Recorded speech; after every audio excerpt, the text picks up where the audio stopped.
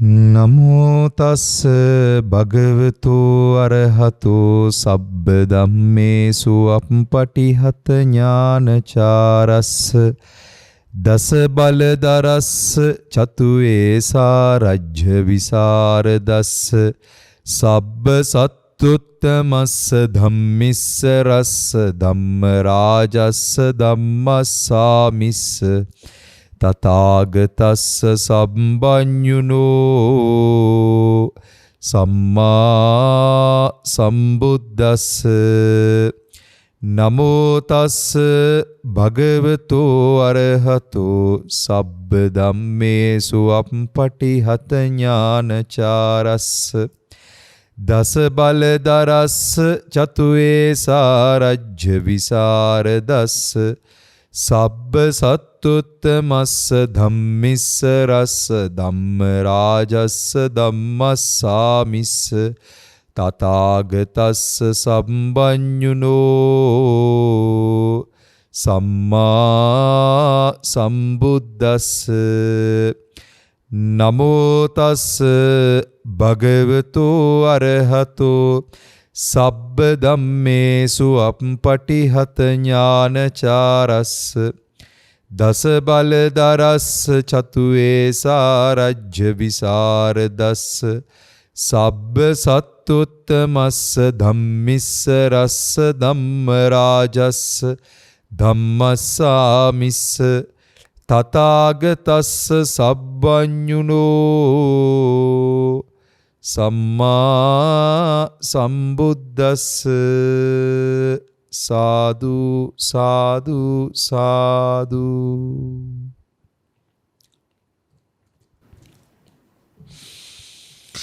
හොඳයි, සියලු දෙනාටම තෙරුවන් සරණයි. අද අපේ මාතෘකාව ධර්මදේශනාවට ඉවසීමේ ගුණය වර්ධනය කිරීමෙන් සාර්ථක පෞල් ජීවිතයක් ගත කරන්නටත් නිවන් මඟ පූර්ණය කර ගැනීමටත් ඉවහල් වන විදිහට ධර්මානුශාසනාවක් සිද්ධ කරන්න කියලා තමයි මාතෘකාව දෙන්නේ. ඉතින් මේ පින්වතුන්ලා සෑම සුළු දෙනා සමගම අද මම හිතුවා මේ කාරණාව සාකච්ඡා කරන්නට. ඒකට මට හිතුණා මෙන්න මෙහෙම ප්‍රවේශයක් ගත්තා නම් හොඳයි කියලා. මේ දවස්වල අපි 2021 වස්සාන සමය අවසන් කරලා දැන් චීවර මාසය ආරම්භ වෙලා තින කාලේ විහෙර විහාරස්ථානවල ආරණ්‍ය සේනාසන ස්ථාන මුල් කරගෙන මිනිස්සු විශාල වශයෙන් පින්කම් කරගනිමින් ඉන්න කාලයක්, විශේෂයෙන්ම කටින චීවර පූජාව මුල් කරගෙන. ඉතින් අපිටත් අවස්ථාව ලැබුණා මේ දවස් කිහිපය පුරාවට යම් යම් ස්ථානවල කටින චීවර පූජාවන් වලට අත ගහන්න සහ සම්බන්ධ වෙන්න, ධර්මානුශාසනා සිද්ධ කරන්නට. ඉතින් ඒ ලැබිච්ච අවස්ථාවකදී එක්තරා වෙලාවක ධර්මදේශනාවක් සඳහා යමින් ඉන්නකොට මාව එක්කන් ගියපු ඒ දායක පිරිස අතර හිටපු එක අම්මා කෙනෙක් මට මෙහෙම කාරණාවක් කිව්වා. හාමුදුරනේ, ඔබ වහන්සේගේ ධර්මානුශාසනා අහන පිරිසක් ඉන්නවා මේ ප්‍රදේශවල. ඒක ධර්මානුශාසනා ආපු එක මහත්තයෙක් ඔබ වහන්සේගේ දේශනාව අහගෙන ඉඳලා, හැබැයි දේශනාව වගේම තමයි ඔබ වහන්සේගේ මුහුණ ඉරියව්, ඔබ වහන්සේ කතා කරන විදිහ බලාගෙන ඉඳලා යම්කිසි අපහැදීමකටපත් වෙලා ධර්මානුශාසනාව කෙසේ වෙතත් ඔබ වහන්සේ සමග යම්කිසි අපහැදීමක්, ගෂ්ඨනයක් ඇති කරගෙන තියෙනවා කියන අර්ථය ඒ අම්මා කිව්වා. මම සාමාන්‍යයෙන් හරිම කැමතියි මේ වගේ දේවල් මාත් එක්ක කියනවට. මොකද අපි අපේ අඩුපාඩු තේරුම් ගන්න ඕනි කියන තැනින් හැමදෙස්සම අපි සාකච්ඡා කරනකොට අපි මේ අනුශාසනාවන් කරගෙන යනකොට කවුරු හරි කෙනෙක් අපේ ඉරියව්වකට හරි අපහැදෙනවා නම් ඒක මං කියන්නේ අපිට කියන එක හොඳයි. ඒක කියන එක හොඳයි. එතකොට අපිට ඇයි එහෙම අපහැදෙන්නේ? එහෙම අපහැදෙන තැන් වලට හේතු මොනවද? මේ කාරණා මොකක්ද කියන එක අපිට අර විමසන්න පුළුවන්. ඒ කියන්නේ ඒ විවේචනය බාර ගන්නෙත් නැතුව, ප්‍රතික්ෂේප කරන්නෙත් නැතුව අපිට අපිව විමසන්නට පුළුවන් කමක් ලැබෙනවා. ඉතින් ඒක කියපු වෙලාවේ මම කල්පනා කළා මගේ අතින් වෙච්ච වැරද්ද මොකක්ද කියන එක. ඒක වැරද්දක්ද නැද්ද කියන කාරණාව මම ඔබට තීරණය කරන්න දෙන්න යන්නේ නැහැ. මොකද ඒක මම මා විසින් සොයාගත යුතු කාරණාවක් නිසා. නමුත් මගේ ඉරියව්වක් නිසාවත් හරි තව කෙනෙක් අපහැදෙනවා නම් ඒක නොවිය යුතුයි කියන අර්ථය ඒ වෙලාවේ මට දැනෙන්න ගත්තා. ඒ අපහැදෙන කාරණා වෙච්ච හේතු වෙච්ච කාරණාව තමයි පින්වතුනි ඔය අනුශාසනා කරගෙන යනකොට සාමාන්‍යයෙන් මගේ මම ඉදිරියේ ඉන්න ඔඩියන්ස් එකෙන් ගොඩක් වෙලාට මේ ධර්මදේශනාවලදී මාත් එක්ක මේ වෙලාවේ දැන් අපි මේ රෙකෝඩින් එකක් නේ කරන්නේ. සාමාන්‍යයෙන් අපි සජීවීව ධර්මානුශාසනාවක් කරනකොට ඉදිරියේ ඉන්න ඔඩියන්ස් එකත් එක්ක මම සම්බන්ධ වෙනවා. ඒගොල්ලොත් එක්ක මම සාකච්ඡා කරනවා. ඒගොල්ලොත් එක්ක සාකච්ඡා කර කර තමයි මේ අනුශාසනාව ඉස්සරහට කරගෙන යන්නේ. එහෙම කරගෙන යනකොට සමහර තැන්වලදී අපේ කෙලෙස් ප්‍රශ්නය කොච්චර දරුණුද කියන එක අහන්න මගේ මූණෙන් ප්‍රකාශ වෙන ඉරියව්වක් තියෙනවා. මම නිකන් මෙහෙම මූණ මං හිතන්නේ මෙහෙම වෙනවා. ඔන්න ඔය වගේ වෙනවා. ඒ මූණ ඉරියව්ව. ඇත්තට මේ ඉරියව්වත් එක්ක තමයි මේ මාමා අප්‍රසාදයටපත් වෙලා තිබ්බේ. ඉතින් මේ කතාව කිව්වට පස්සේ මම තීරණය කළා ඇත්තටම භාග්‍යවතුන් වහන්සේගේ තියෙන අනුශාසනාව විග්‍රහ කරනකොට උන්වහන්සේ පෙන්නනවානේ අපිට බණ කියන්න ගියාම අපේ පැත්තෙන් තියෙනුනේ කාරණා රාශියක්. ඉතින් අපේ පැත්තෙන් සකස් වෙන්න ඕනේ අපේ පැත්තෙන් තියෙනුනේ සංවරත්වයේ හික්මීම කියන කාරණා විශාල කාරණා ගොඩක් එතන තියෙනවා. මේ ඔක්කොම මම කියවලා තියෙනවා. සේකියා විදිහට සහ ඒ දේවල් අධ්‍යයනය කළා තියෙනවා. නමුත් මම කොයිම වෙලාවකවත් මම බාහිරෙන් මාව සංවර කරන්න යන්නේ නැහැ. මොකද මට එහෙම පෙන්නලා ගන්න දෙයක් නැහැ කාගෙන්වත්. ඒ කියන්නේ මම සංවරයි කියලා මට පෙන්වන්න අවශ්‍යතාවයක් නැහැ. හැබැයි මම සංවරත්වයට උත්සාහ නොකර ඉන්නෙත් නැහැ. ඒකට හේතුව තමයි දැන් අපි නිවන් මඟ වඩන කෙනෙක් කියන මමත්වය. ඒ කියන්නේ මම නිවන් දකින්න යන කෙනෙක් කියන මමත්වය ආවොත් මම නිවන් මඟ පූර්ණේ කරගන්න යන කෙනෙක් කියන මමත්වයට අපි ඒ ස්වභාවය තුලට කොටු වුණොත් එතනින් එහාට වෙන දේ තමයි මගේ පින්වතුනි මේ අපි අපේ නොවන චරිතයක් මේන්ටේන් කරන්න යනවා. හිතන්නකෝ දැන් මගේ ඇත්තම ස්වභාවය මම සාමාන්‍යයෙන් කතා කරනකොට මේ අර කියන්නේ ෆ්‍රී ස්ටයිල් කතා කරනවා. ඒ කියන්නේ නිදහසේ කාරණාව කියාගෙන යනවා. ඒකෙදි මම පෙළදහම ත්‍රිපිටක සද්ධර්මය භාග්‍යතුන් වහන්සේගේ ධර්ම විනය විග්‍රහ කළ තියෙන ත්‍රිපිටක ධර්මයත් ඇසුරු කරගෙන මේක විග්‍රහ කරගන්න උත්සාහවන්ත වෙනවා. ඊළඟ කාරණාව තමයි මම ඇත්තටම හැමදාම කියනවා මේ කතාවත්. මම අවුරුදු 24 දී පැවිදි වෙන්නේ. දැන් අවුරුදු 30ක් විතර වෙනවා.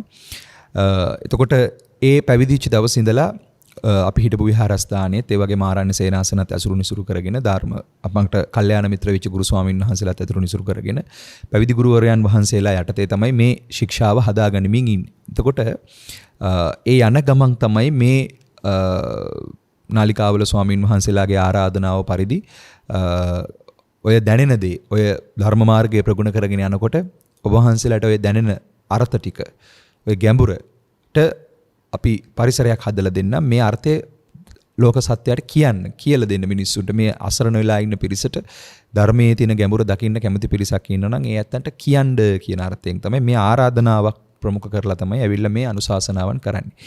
ඒකෙදි ඇත්තටම ගෞරවනීය ලොකු ස්වාමීන් වහන්සේලාට මම හැමසම පාදාභිවන්දනයෙන් යුක්ත උන්වහන්සේලාට නමස්කාර කරනවා. ඉතින් ඒ ගමනේදී මගේ අඩුපාඩු තියෙන්න පුළුවන් මගේ පින්වතුනි ඕනෑ තරම් අඩුපි තියෙන්න පුළුවන්. ඒ නිසාම තමයි මම මේ විවේචනයට කැමතිත්. මොකද ඒ ෆීඩ්බැක් එකේ විවේචනය මට ඕනේ. එතකොට ඒ තුල තමයි මම තව විමසිලිමත් භාවයටපත් වෙන්නේ. හැබැයි කාටවත් ඕනේ විදිහට මම හික්මෙන්නේ නැහැ. කාටවත් මාව හික්මවන්නත් බෑ.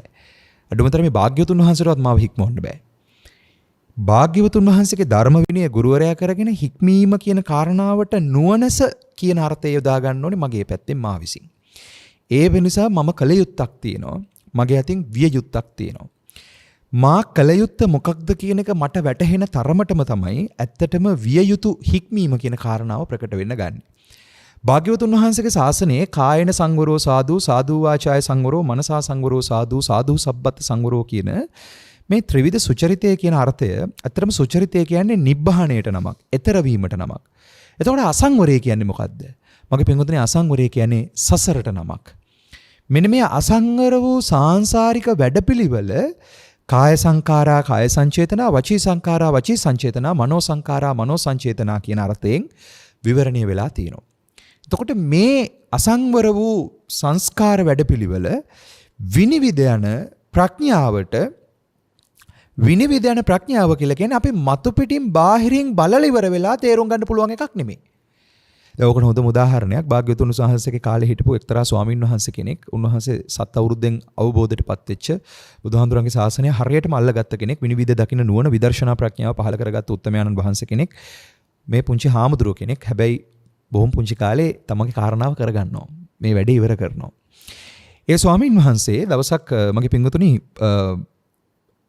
එක මිනිස්සෙක් එක්ක දානකට යනවා. දැන් දානට ස්වාමින් වහන්සේලා ඉල්ලුවේ වැඩිමහල් ස්වාමින් වහන්සේලා, තරුණ ස්වාමින් වහන්සේලා, වැඩිමහල් ස්වාමින් වහන්සේලා, උපසම්පදා ස්වාමින් වහන්සේලා. හැබැයි හම්බුනේ මේ පුංචි 7 අවුරුද්දේ විතර ස්වාමින් වහන්සේ නමක්. නමුත් උන්වහන්සේ උපසම්පදා භික්ෂුවකටත් වැඩිය අවබෝධයටපත් වෙච්ච, ඒ කියන්නේ සාමාන්‍ය නාත්‍ය චතුත්ක උපසම්පදා කියන තැනින් උපසම්පදාවටත් එහා ගියපු කුසලස් උපසම්පදාව පූර්ණ කරපු ස්වාමින් වහන්සේ නමක්.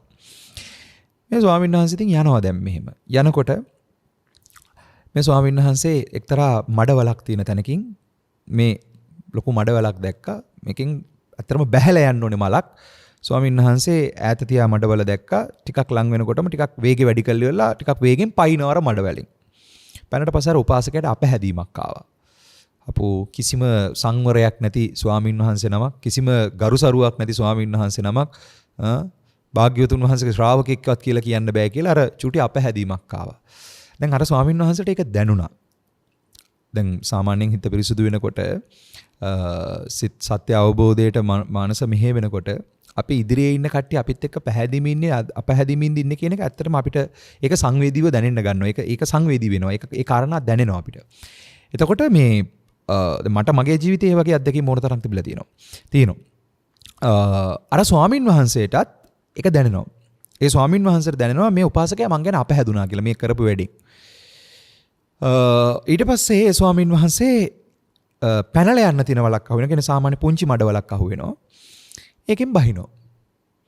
බැස්සහම අර උපාසකයා අහනවා ස්වාමින් වහන්සේ ඔබ වහන්සේ අර පනින්න ඕනේ මඩ වලින් බැස්සා සමායන බහින්න ඕනේ මඩ වලින් පැන්නා පනින්න ඕනේ මඩ වලින් බැහැලා ආවා. මොකද්ද ඒ කරපු වැඩේ තේරුම කියලා. ඒක හොඳයි. ඒ උපාසකයා තමන්ගේ හිතට දැනෙච්ච එක කෙලින්ම කිව්වා. ඒක තමයි ඇත්තටම වෙන්නත් ඕනේ. එතකොට අර ස්වාමීන් වහන්සේ කියනවා ඇවැත්නි මහත්තයෝ මගේ ස්වභාවය තමයි මේ මම අත්බැව් 500ක් තිස්සේ කලින් අත්බැව්වක වඳුරු කුලයක ඉපදිලා තිනවා.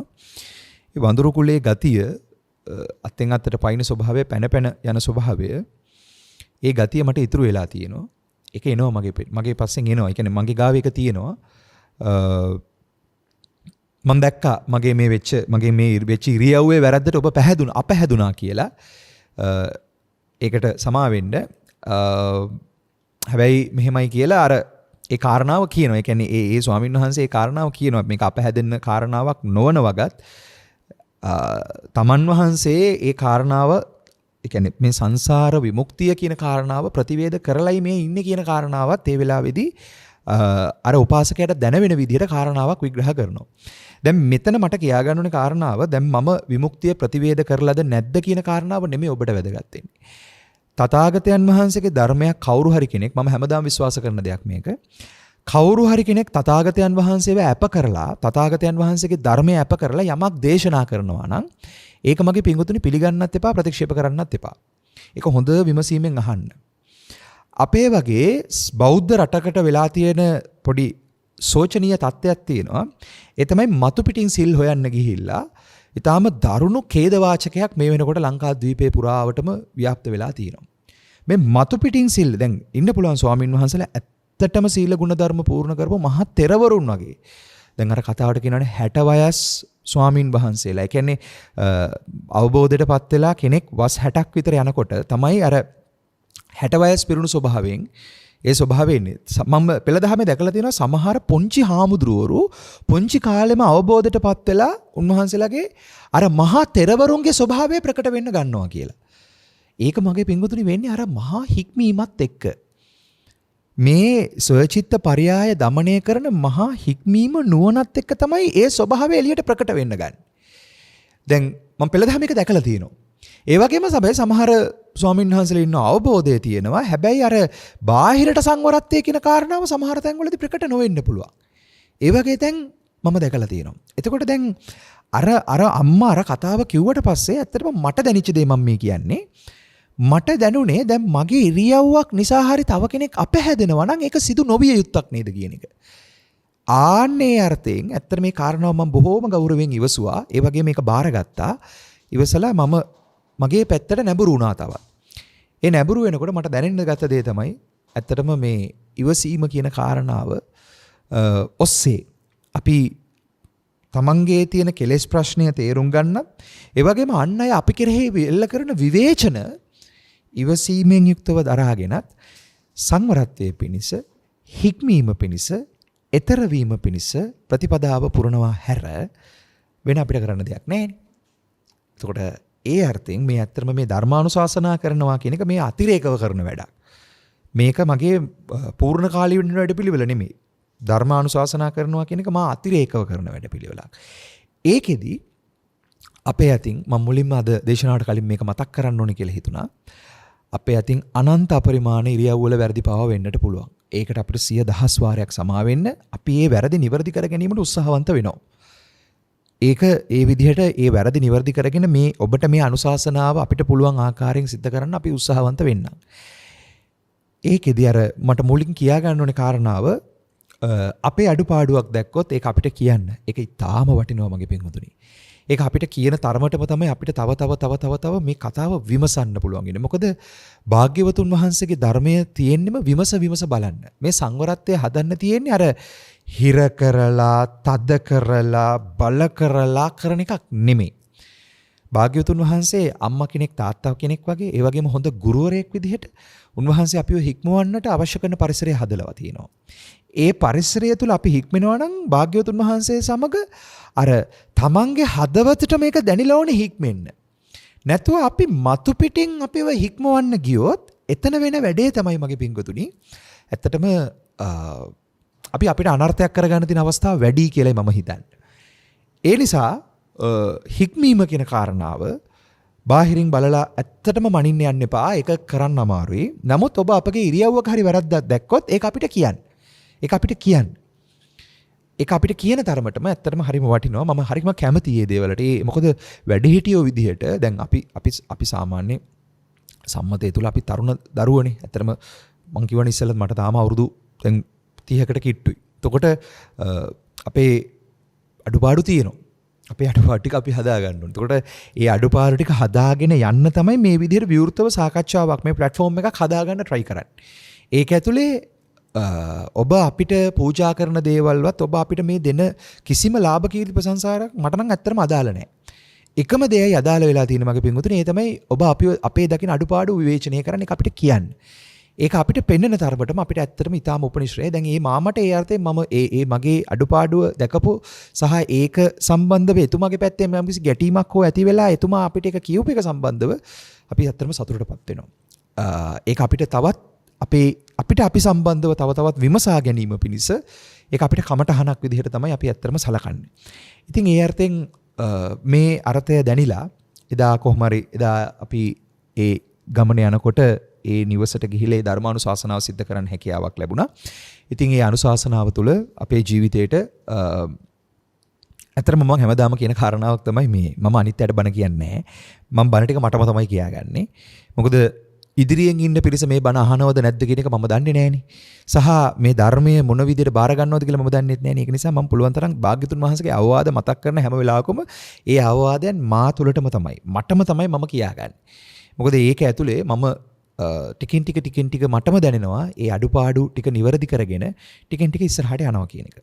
ඉතින් ඒ ගමන යනකොට මේ අර්ථ විවරණය කරගෙන මේ යන ගමනේදී අද අපිට මාතෘකාව තියෙන්නේ ඇත්තටම ඉවසීම කියන ගුණය ප්‍රගුණ කරගෙන පෞල් ජීවිතය සාර්ථක කරගෙන නිවන් මගට මේ ගමන උපකාර වෙන්නේ කොහොමද කියන එක විග්‍රහ කරලා දෙන්න. නැත්නම් මේ නිවන් මගටම භාග්‍යවතුන් වහන්සේගේ ධර්මයේ ගුරු කරගෙන මේ පෞල් ජීවිතය සාර්ථක කරගෙන නිවන් මග පූර්ණේ කරගන්නේ කොහොමද කියන කාරණාව තමයි ඇත්තටම අහන ප්‍රශ්නේ. දැන් මේ ප්‍රශ්නෙට මම ඇත්තටම දෙන උත්තරය තමයි ලෝක සම්මතයේ තුල පෞල් ජීවිතයක් සාර්ථක කරගෙන යනවා කියලා එකක් නෑ පින්වතුනි. මොකද පෞල් ජීවිතය කියලා කියන්නේම සසර අසාර්ථක වෙච්ච වැඩපිළිවෙලක්. එයි මම මේක කියන්නේ. දැන් ඔබ හොඳට බලන්න බුදුහාමුදුරන් කාලේ විමුක්තිය හොයාගෙන ආපු හැමෝම පෞල් අතහැරලා ඉන්නේ. නිවන සත්‍ය හොයාගෙන ආපු පිරිස පෞල් අතහැරලා ඉන්නේ. එතකොට මෙහෙම අතහැරලා ඇවිල්ලා තමයි විමුක්තිය සාක්ෂාත් කරගන්නේ. දැන් කාලයක් යනකොට දැන් භාග්‍යවතුන් වහන්සේ ගාවට විමුක්තිය හොයාගෙන එන පිරිස විතරක් නෙමෙයි. විමුක්තිය කියන වචනේ නැත්තම් විමුක්තිය නිවන කියන කාරණාව ඉස්සරහට දාලා හැබැයි පෞල් ජීවිතත් ගෙවාගෙන එන පිරිස හිටියා. හොඳම උදාහරණ නකුල මාතා නකුල පිතා කියන දෙපළ. විශාකාව මිගාර සිටුතුමා. ඒ වගේම අනේ පිරිසතුමා සහ එතුමාගේ බිරිඳ. ඒ ඇත්ත පෞල් ජීවිත ගත කරපු පිරිස. දැන් හැබැයි ඒගොල්ලන්ගේ සසරේ තිබිච්ච පුණ්‍ය වාසනාව නිසා භාග්‍යවතුන් වහන්සේගේ ධර්මය අවබෝධ කරලා විමුක්තිය කියන කාරණාව විමුක්ත අවබෝධය ප්‍රකට කරගන්නවා.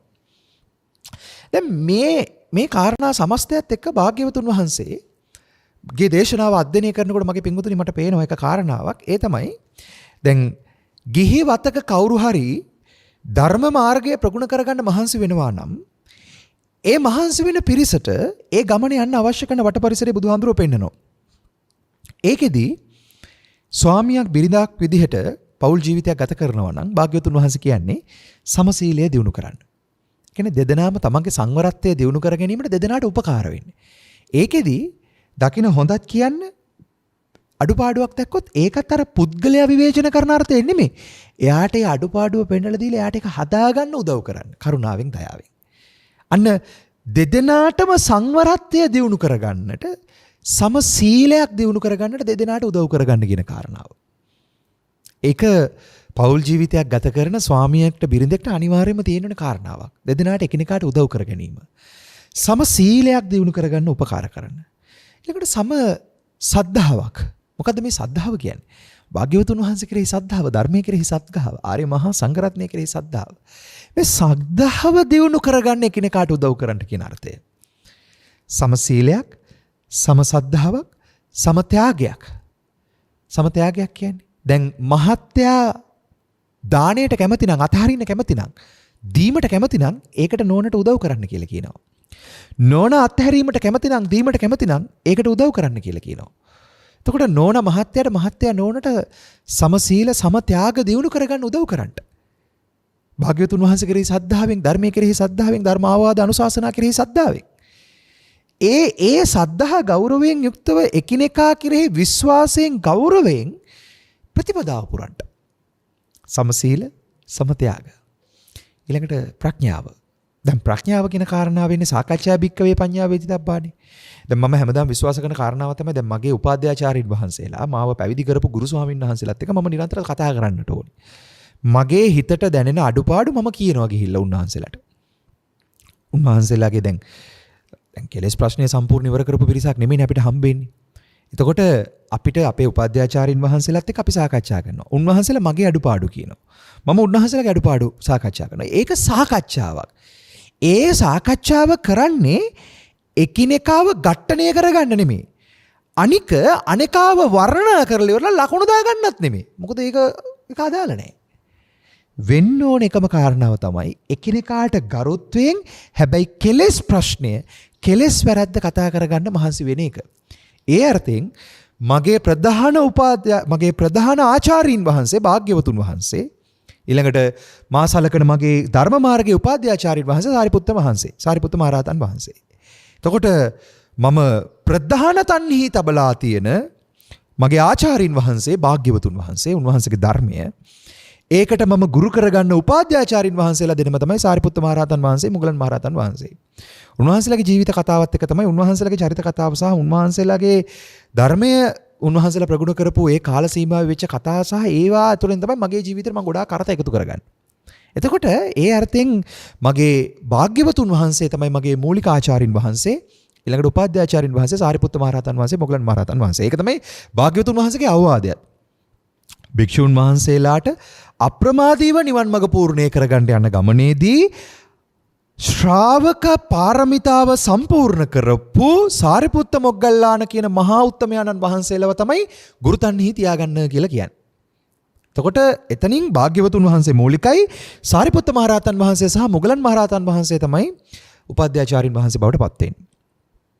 ඊළඟට දැන් අපි පැවිදි කරන ආචාර්යින් වහන්සේ ඉන්නවනේ. එතකොට පැවිදි කරපු ආචාර්යින් වහන්සේ තමයි මම වැඩ ඉන්න පන්සලේ මගේ භාග්‍යවතුන් වහන්සේගේ පැවිදි දායාදය මට ලබා දුන්න ඒ සංඝ පරම්පරාවන් නියෝජනය කරන ගෞරවනීය ස්වාමින් වහන්සේලා. ඒ අර්ථයෙන් අප ඓතිහාසික කොරටු රාජ මහා විහාරස්ථානයේ ගෞරවනීය ලොකු හාමුදුරුවෝ යටතේ තමයි මම පැවිදිලා ඉන්නේ. ඒ වගේම උපාධ්‍යාචාර්යින් වහන්සේ විදිහට ආචාර්යින් වහන්සේ විදිහට උන්වහන්සේ පැවිදි ආචාර්යින් වහන්සේ වෙනකොට උපාධ්‍යාචාර්යින් වහන්සේ වෙන්නේ හබරගඩ සුමනසාර පොඩි හාමුදුරන් වහන්සේ. එතකොට උන්වහන්සේලා යටතේ තමයි මගේ පැවිදි ජීවිතය මම ගෙවන්නේ. එතකොට උන්වහන්සේලා උදේහවහා වන්දනා කරන ඒවා, වත් පිළිවෙත් කරන ඒවා, පන්සලේ තියෙන කටයුතු වලට උදව්පදව් කරන ඒවා, ඒ වගේම මේ ධර්ම විනය සාකච්ඡා කරගන්නට වට පරිසරය හදාගන්න මේ හැම දෙයක්ම අපි බොහොම හිමින් කලබලයක් නැතුව කරගෙන ඉන වැඩපිළිවෙලක්. ඉතින් ඒකෙදි අර භාග්‍යවතුන් වහන්සේගේ අවවාදය නිරන්තරයෙන් මේ පෙළ දහමත් එක්ක භාග්‍යවතුන් වහන්සේ සමග රැඳෙමින් ඒ අවවාදයත් එක්ක යන්නට ඕනේ කියන අර්ථය මම නිරන්තර විශ්වාස කරනවා. ඒකෙදි භාග්‍යවතුන් වහන්සේගේ අවවාදයක් නේ යම් ක්‍රියාවක් කරන්නට පෙර, කරන මොහොතේ, කළාට පස්සේ, වචනයක් කතා කරන්න පෙර, කතා කරන මොහොතේ, කතා කළාට පස්සේ, සිතුවිල්ලක් සිතන්නට පෙර, සිතන මොහොතේ, සිතුවට පස්සේ ඒ ක්‍රියාකාරකම, ඒ වචනය, ඒ සිතුවිල්ල තමන්ගේ නිවීමටත් අනුන්ගේ නිවීමටත් කොච්චර සාර්ථකද, ගෝචරද, සප්‍රායද, සම්මෝහද කියලා විමසන්න කියන කාරණාව. මේ අර්ථය ඊටාම ගැඹුරින් අපේ තුල පළපදියම් වෙන්න ඕනේ අර්ථයක්. අපි බලන්න ඕනේ අර්ථයක්. නිරන්තර විමසන්න ඕනේ අර්ථයක්. මේ විමසීම තුලමයි මගේ පින්වතුනි ප්‍රඥාව මෝදු වෙන්නේ. මොකද සාකච්ඡා කර තමන්ගේ සිත පිළිබඳව, කය පිළිබඳව, වචනය පිළිබඳව විමසන්නේ නැති කෙනෙක්ට ඇත්තටම හික්මෙන්න බෑ. ඇත්තටම නිවෙන්න බෑ. නිවෙන්න නම් මේක කරන්නම ඕනේ. නැත්තම් නම් මේක කරන්න බෑ. එතකොට ඒ අර්ථයෙන් ගිහිවතක වේවා, පැවිදිවතක වේවා කල යුත්තේ ඔන්න ඔතන. ඔබගෙන් කල යුතු කාරණාව ඒක. එතකොට දැන් මේ ඉවසීම ප්‍රගුණ කරමින් පෞල් ජීවිතය සාර්ථක කරගන්නවා කියන දැනට එනකොට මම කිව්වා ලෝකයේ තුල සාර්ථකයි කියන පෞල් ජීවිත නැහැ. පෞල් කියලා කියන්නේම අවුල් වෙච්ච වැඩපිළිවෙලක්. සංසාරය නැමැති පෞල් වැඩපිළිවෙලෙන් එතර වෙන්න තමයි පන්සල නැමැති නුවණ පහල කරගන්න අපි වට පරිසරය හදා ගන්න ඕනේ. ඒ අර්ථයෙන් තමයි අතීතයේ කිව්වේ පෞල් පන්සල් වෙනවා කියන එක. දැන් අද තියෙන්නේ පෞල් විතරයිනේ. හැබැයි බොදුණු සංස්කෘතිය තුල, බොදුණු ගුණය තුල තියෙන පෞල් පන්සල් වෙනවා කියන එක. මොකද්ද පෞල් පන්සල් වෙනවා කියලා කියන්නේ? අනේ හාමුදුරුවනේ සංසාරයේ අපි මේ කර්මයක් ගෙවාගෙන යන්නේ. ඉතින් කරන්න දෙයක් නැහැ. ඒකේ හැටියට අපිට දැන් පවුලක් වෙන්න වෙලා තියෙනවා. ඒ කියන්නේ නෝන කෙනෙක් මහත්තයෙක් කර්මානුරූපීව අපිට හම්බෙලා තියෙනවා. දැන් ඒකට අපි වෛර කරන්නේ නැහැ. එයාටත් උදව් කරගෙන මෛත්‍රියෙන්, කරුණාවෙන්, දයාවෙන් පන්සලක ගුණ ටික වඩා ගන්නවා කියන එක. මොකද පන්සලක ගුණය කියන්නේ? පැවිදි ගුණය. පැවිදි ගුණය දියුණු කරන වැඩපිළිවෙල තමයි පවුලක තියෙන්නට ඕනේ. එතකොට පවුලක පැවිදි ගුණය දියුණු කරනවා කියලා කියන්නේ දරුවෝ දෙමාපියන්ට, දෙමාපියෝ දරුවන්ට, ස්වාමියා බිරිඳට, බිරිඳ ස්වාමියාට එකිනෙකාට උපකාර කරගනිමින් ධර්ම මාර්ගය ප්‍රගුණ කරගන්නට වට පරිසරය සකස ගන්නට ඕනේ. මට මතකයි මගේ මීට අවුරුදු 10කට විතර කලින් වෙච්ච සිද්ධියක් මම මේ කියන්නේ. 2009 10 වගේ 10 11 කාලේ වගේ කාලේ මම හිතන්නේ විශ්වවිද්‍යාලයට යන්න කලින් පාසල් අධ්‍යාපනය කරලා පාසල් අධ්‍යාපනය ඉවර වෙලා විශ්වවිද්‍යාලයට ප්‍රවේශය ලබාගෙන ඉන්න කාලේ මම ඒ කාලේ ඔය ධර්මයේ සාකච්ඡා කරනවා මට හම්බෙච්ච කල්යාණ පිරිස එක්ක, කල්යාණ මිත්‍ර පිරිස එක්ක. ඒ කතා කරන ගියපු වෙලාවක දවසක් මම ඒ ගියපු මට හම්බ වෙන එක මාම කෙනෙක්. ඒ මාම තමයි මගේ ජීවිතේ ඇත්තටම ගොඩාක් දේවල් මට පෙන්වලා දීපු මේ ධර්ම විනයක් තේරුම් ගන්න පවා මේ පැත්තට මාව නැඹුරු කළේ ඒ මාමා. මොකද මම විශ්වවිද්‍යාලය යන කාලේ සහ පාසල් යන කාලේ මට අදහසක් තිබ්බේ නෑ ධර්ම විනය සම්බන්ධව අර මේක හොයන්න ඕනි කියන එක පුංචි කාලේ තිබ්බට අර විශ්වවිද්‍යාලේ තිබිච්ච කටයුතු සහ පාසලේ කටයුතු මේ දේවල් එක්ක අර අපි ලෝකේ දේවල් එක්ක බිසි වෙනවනේ. ඒකෝට ටිකක් හරි අමාරුයි කාය විවේකයේ හදාගෙන මේ ධර්මයේ පැත්ත බලන්න. ඉතින් ඒකට විවේකයක් ලැබිච්ච ගමන් මම කරන්න ගිහිල්ලා ඔය මට ධර්මයේ සාකච්ඡා කරන්න හම්බෙන පිරිසත් එක්ක මම සාකච්ඡා කරන එක. ඒ සාකච්ඡා කරනකොට දවසක් මං සාකච්ඡාවක් කරගෙන යනකොට මාත් එක්ක කතා කරපු මාමා කෙනෙක් හිටියා හයස්ති මාමා කියලා. මං අදටත් හරිම ගෞරවයෙන් මතක් කරනවා මේ මාමව. මේ මාමාත් එක්ක මං කතා කරනකොට මං කිව්වා මාමේ මේ අපේ අම්මා මං මේ ධර්මයේ හොයන එකත් එක්ක ගැටෙනවනේ. අපේ අම්මා බයෙන් ඉන්නේ මම මහාන වෙයිද දන්නේ නැහැ කවදා හරි දවසක මම මේ පැවිදි වෙලා යයිද මෙහෙම වෙයිද කියලා මේ අම්මා හරි බයෙන් ඉන්නේ. මම මේකට මොකද මාමේ කරන්නේ? අම්මා ගැටෙනවා මාත් එක්ක. අම්මා මාත් එක්ක ගැටෙනකොට මමත් අම්මත් එක්ක ගැටෙනවා. මටත් තරහ යනවා අම්මත් එක්ක. කොච්චර බණ භාවනා කරන්න ගියත් මගේ හිතේ අර සතා එනවා එළියට නවත්තන්න බෑ ඒක එනවා මාමේ. මොකද කරන්නේ මේ වගේ වෙලාවට කියලා ඇහුවාම ඒ මාමා මට කියපු කාරණාව තමයි පුතේ දැන් ඔයා මේ යන්නේ නිවෙන්නනේ. ඔයාට ඕනේ නිවෙන්නනේ. නිවෙන්න යන ගමනේදී මොනම හේතුවක් නිසාවත් ඔයාව ගැටෙනවා නම් ඔයාගේ ඇතුලේ ඇලෙන ගැටෙන වැඩෙන වැඩපිළිවෙල ගැන ඔයා දන්නේ නැත්නම් ඔයා එතන ඔයා අසරණ වෙනවා. මුලින් මේක අඳුන ගන්න. ඒක මාම කෙලින්ම කිව්වේ එකයි තමන්ව අඳුන ගන්න. තමන්ව ඇසෙස් කරන්න. තමන්ව ස්කෑන් කරන්න, ෆෝකස් කරන්න. තමන්ව ෆෝකස් කරන්න කියන එක. ඒක කරලා ඉවසීමෙන් කලබල නැතුව. ඕක කලබලයට කරන්න බෑ පුතේ කියලා. එහෙමමයි කිව්වේ. කලබල නැතුව ඒ ඇත්තන්ටත් ඔයා යන මේ ගමන යන්න උපකාරයක් වෙන විදිහට කාණු කපන්න කියලා කිව්වා. ඕක තමයි මට තේරෙන කියපු වචනේ. අදටත් මම කාට හරි කියලා දෙනකොට මම කියන්නේ කාණු කපන්න කියලා. ඒ කියන්නේ තව කෙනෙක්ට මේ පැත්තට එන්න කාණුවක් කපන්න. පරිසරයක් හදලා දෙන්න. ඒ පරිසරය හදලා දෙන එක කාණුව කපන එක කලබලයට කරන්න බෑ පුතේ. ඕක බොහෝම ඉවසීමෙන් කරන්න ඕනේ වැඩක්. දැන් ඒ මාම මගේ වයසේ කෙනෙක් වගේ වුණා නම් මං එච්චර ඕක ගණන් ගන්නෑ. හැබැයි එයා මට වැඩිය වැඩිමහල්. මං ඒ කාලේ ඉඳන් මගේ පොඩි කාලේ ඉඳන් තිබිච්ච පොඩි එකක් තිබ්බා. ඒ තමයි මේ මට වැඩිය වැඩිමහල් මිනිස්සු මගේ ජීවිතය සම්බන්ධව මොන හරි දෙයක් කිව්වොත් මං ඒක අහන්න ඕනි කියන එක. මේක කියනවා වයසට ගරු කරනවා කියන එක. දැන් ඇත්තටම ධර්ම මාර්ගය යන වයසට ගරු කරන්න පුළුවන් වෙන්නට ඕනේ. දැන් මට වැඩිය වැඩිමහල් කෙනෙක් මගේ ජීවිතේට මොකක් හරි දෙයක් කිව්වොත් මං ඒක අහන්න කීකරුකමක් මට තියෙන්න ඕනේ. දැන් ඒක මට නැති වුණොත් මං දන්නවා මට කෙලවෙනවා කියන එක. මොන මගේ භාෂාවෙන් කිව්වොත් මගේ දැන් ওই වචනේත් එක්ක ඔට්ටු වෙනවා නම් ඉතින් මට කරන්න දෙයක් නැහැ. ඒක මම කියවනේ මම බාව බලෙන් සංවර කරන්න යන්නේ නැහැ කියලා. මට දැනෙන එක මම කියනවා ඔබට.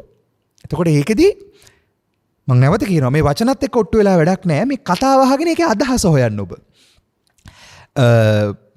වයසට ගරු කිරීම කියන එක කියන්නේ වයෝ වෘද්ධත්වයට ගරු කරන්න පුළුවන් වෙන්නට ඕනේ. වයෝ වෘද්ධියට ගරු කරන්න පුළුවන් වුණොත් වයසට ගරු කරන්න පුළුවන් වුණොත් තමයි අපිට වැඩිය වැඩිමහල් පිරිසට අපිට ගරු කරන්න පුළුවන් වුණොත් තමයි ඇත්තටම ප්‍රඥා වෘද්ධිය, සීල වෘද්ධිය, ගුණ වෘද්ධිය, තපෝ වෘද්ධිය කියන ගුණ ටික දිනු කරගන්න හැකියාවක් ලැබෙන්නේ. දැන් මොකද පුංචි කාලේ මට හොඳට මතකයි අපි ඇවිල්ලා රට කාපු යක්කු.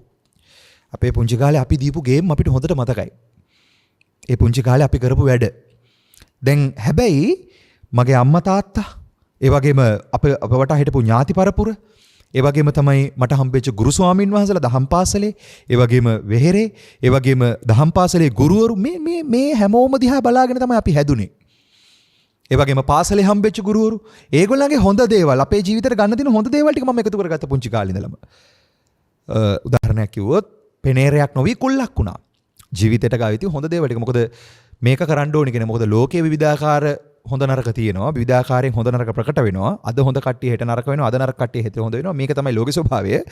මට ඒක අදාළ නෑ. හැබැයි මගේ ජීවිතේට ගන්න දෙයක් තියෙනවා නම් මම ඒක එකතු කරගන්න ඕනේ කියන අර්ථය මම පුංචි කාලේ ඉඳලම කළා. මොකද භාග්‍යතුන් වහන්සේගේ අවවාදයක් මම දකිනවා ඉස්කෝලේ 7 වසරේදී. මට අවුරුදු 14යි එතකොට.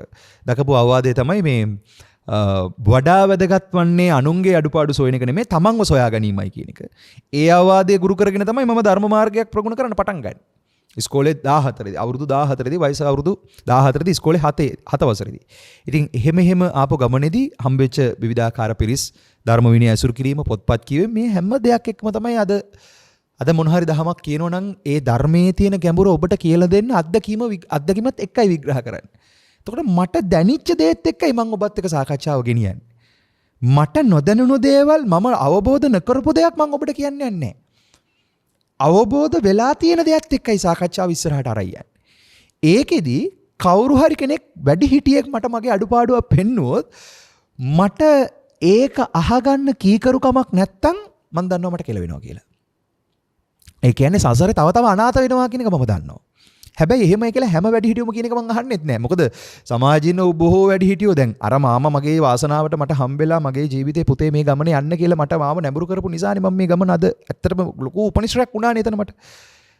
හැබැයි මගේ අම්මා මං මහාන වෙන්න යනකොට මට කිව්වේ මහාන වෙන්න එපා ගෙදර ඉන්න කියලා. තාත්තා අවසර දුන්නා. හැබැයි අම්මා ඒකට මුලදී කැමති වුණේ නෑ. දැන් නම් මං හිතන්නේ අවසර දීලා ඇති. දැන් කැමැත්තෙන් ඇති සතුටින් ඇති. මම දන්නේ නෑ ඒක එහෙම ඉන්නවද කියන එක.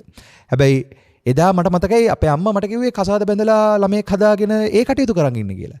ඒ කියන එකට දැන් අම්මට කීකරු වෙනවා කියලා ඒ වෙලාවේ අම්මට කීකරු වුණා නම් එහෙම මට අද මේ ගමන එන්න වෙන්නේ නැහැ මගේ පිංගුතුනි.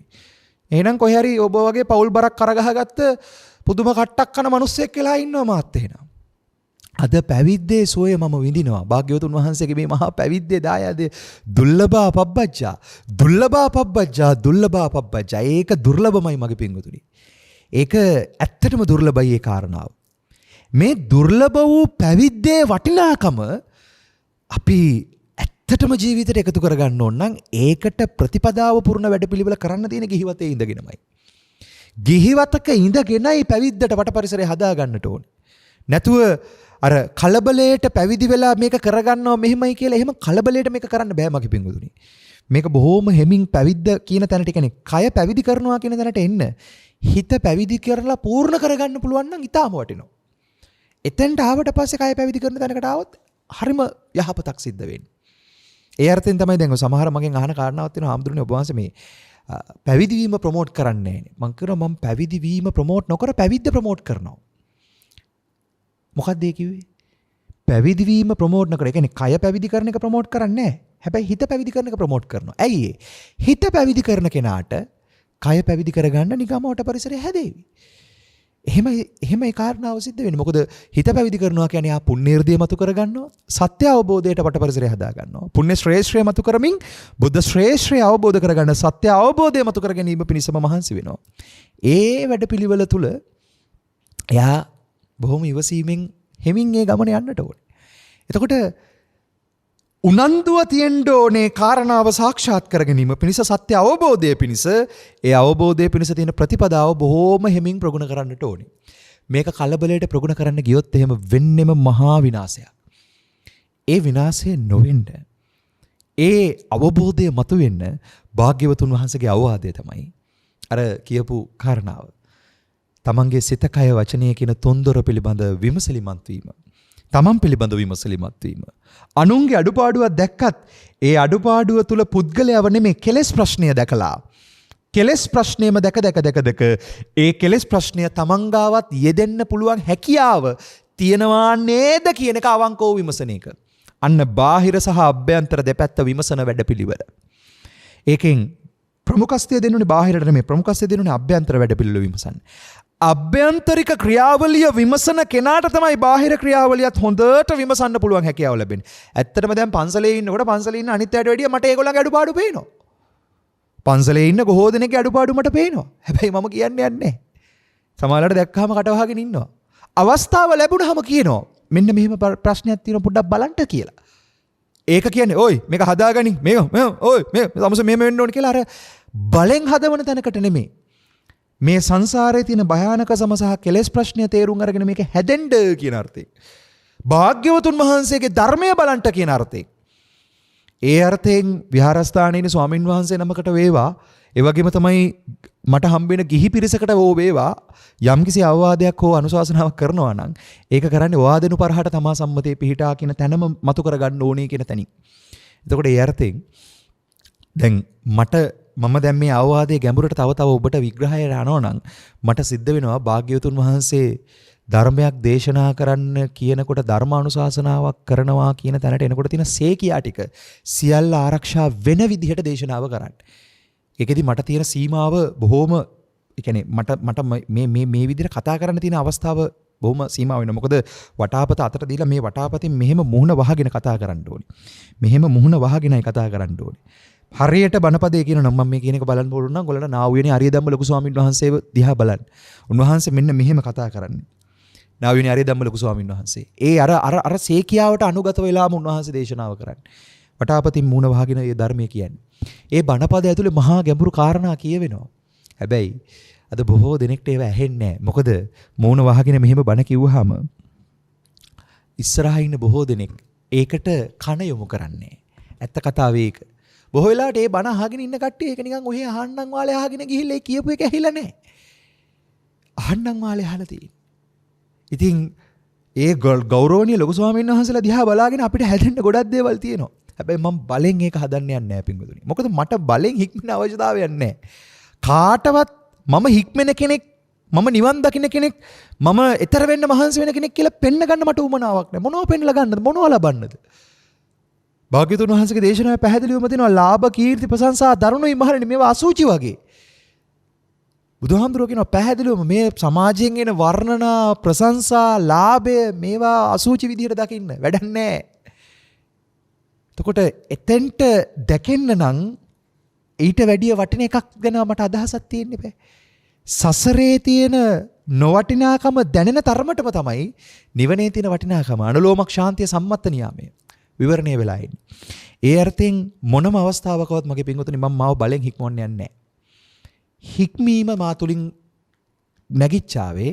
හැබැයි ඒ ගමන යනකොට කාට හරි කෙනෙක්ට ධර්මානුශාසනාවක් කරන්න මට අවසරයක් දුන්නොත්, අවස්ථාවක් දුන්නොත්, ඒ අවස්ථාවෙන් කරන්න පුළුවන් උපරිමයක් කරනවා. ඒ අර්ථයෙන් මම නාලිකා හැම එකම බණ කියන්න යන්නේ නැහැ. ඇත්තටම ප්‍රඥා නාලිකා විතරයි ධර්මානුශාසනා කරන්නේ. පහුගිය කාලේ විවිධාකාර නාලිකා වලින් ආරාධනා කළා ධර්මානුශාසනා කරන්න එන්න කියලා. මම බොහෝම ගෞරවයෙන් ඒක ප්‍රතික්ෂේප කළා. ඒකට හේතුව ඒවැ බණ කියන්න යන්න බැරි කමක්වත් කියන්න බණ නැතුවත් නෙමෙයි. මට ඊට වැඩිය මගේ පින්වතුනි මේ කාය විවේකයේ චිත්ත විවේකයේ වටිනවා. කාය විවේකයේ චිත්ත විවේකයේ වටිනවා. මේක ඇයි වටින්නේ? මට මගේ අඩුපාඩු ටික හොයාගන්න වෙලාව ඕනේ.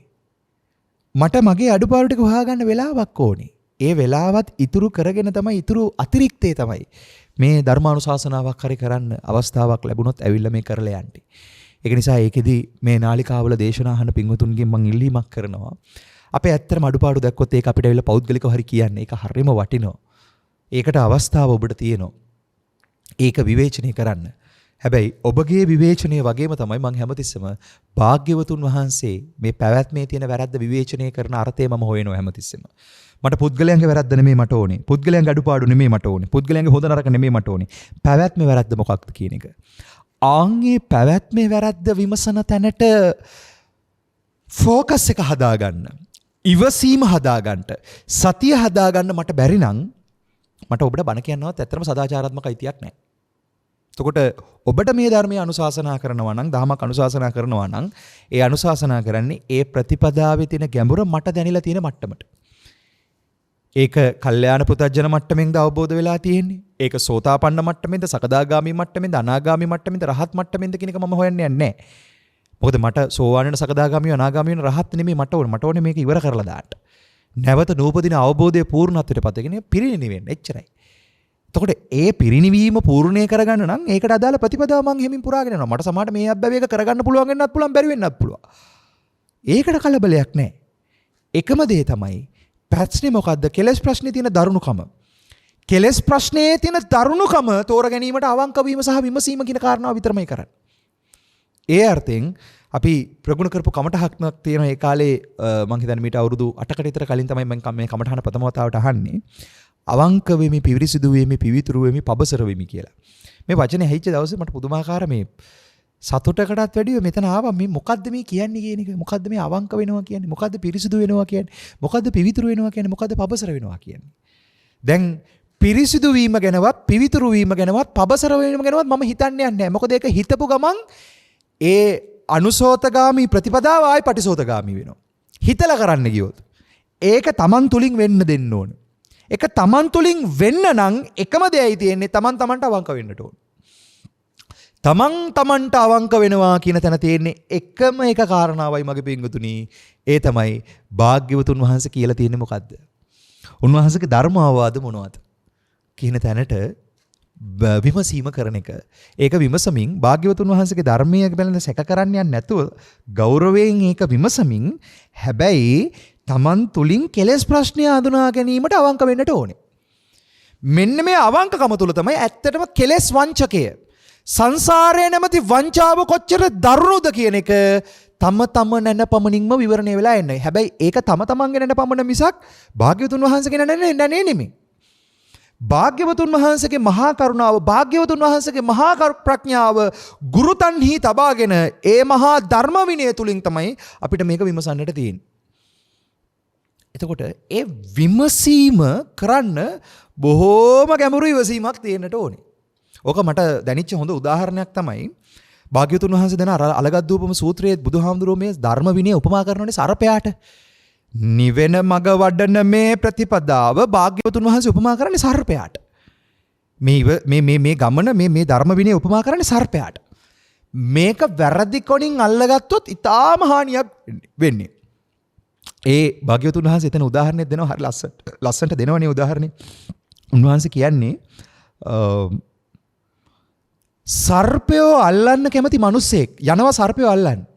හැබැයි සර්පයෝ අල්ලන්න ගිහිල්ලා වැරදි තැනින් ඒ සර්පයාගේ ඇල්ලුවොත් ඒ මිනිසයාට මහා අනර්ථයක් සිද්ධ වෙන්නේ. සර්පයා දෂ්ට කළා. ඒ වගේ විමුක්තියට කැමති, ඊතර වීමට කැමති, සත්‍ය අවබෝධයේ පූර්ණත්වයට කැමති යම් පිරිසක් අද ඉන්නවා නම් ඒ පිරිස ධර්ම විනය හදාරන්නට ඕනේ. ධර්ම විනය අවබෝධ කරගන්නට වට පරිසරයක් හදා ගන්නට ඕනේ. ඒ උදෙසා කැප වෙන්නට ඕනේ. නිකන් හිටියට හම්බ වෙන්නේ නැහැ. ආන්ගේ කැපවීම තුළ ඒ වැඩපිළිවෙල තුළ භාග්‍යවතුන් වහන්සේගේ ධර්ම විනය භාග්‍යවතුන් වහන්සේගේ ප්‍රතිපදාව තේරුම් ගන්න යන කෙනෙක් හරියට සර්පයෙක් එක ගනුදෙනු කරනවා වගේම පරිස්සම් වෙන්න ඕනේ. හිතන්න මගේ පින්වතුනි මෙතෙන්ට දැන් දාර පොළඟෙක් එනවා. ණයෙකුත් නෙමෙයි පොළඟෙක්. පොළඟගේ ස්වභාවය තමයි පන්න ගහන්නේ. හිතන්න මේ පොළඟා අපි දැන් යනවා দমনය කරන්න. මේ පොළඟව අල්ලන්න. මේ පොළඟව හරියටම බෙල්ලෙන් අල්ලගන්න. දැන් මේ යන කෙනා ගාව ඉවසීම කියන එක නැති වුණොත් මේ යන කෙනා ගාව විමසීම කියන එක නැති වුණොත් මෙයා අනිවාර්යෙන් මෙයාට දෂ්ට කරනවා පොළඟා. හැබැයි පොළඟා දිහා බලාගෙන කලබලයක් නැතුව ඉවසීමෙන් විමසීමෙන් අර කියන්නේ වෙලාව වෙනකන් කලබලයක් නැතුව හිටියොත් අනිවාර්යෙන් බෙල්ලෙන්ම අල්ලගන්න පුළුවන්.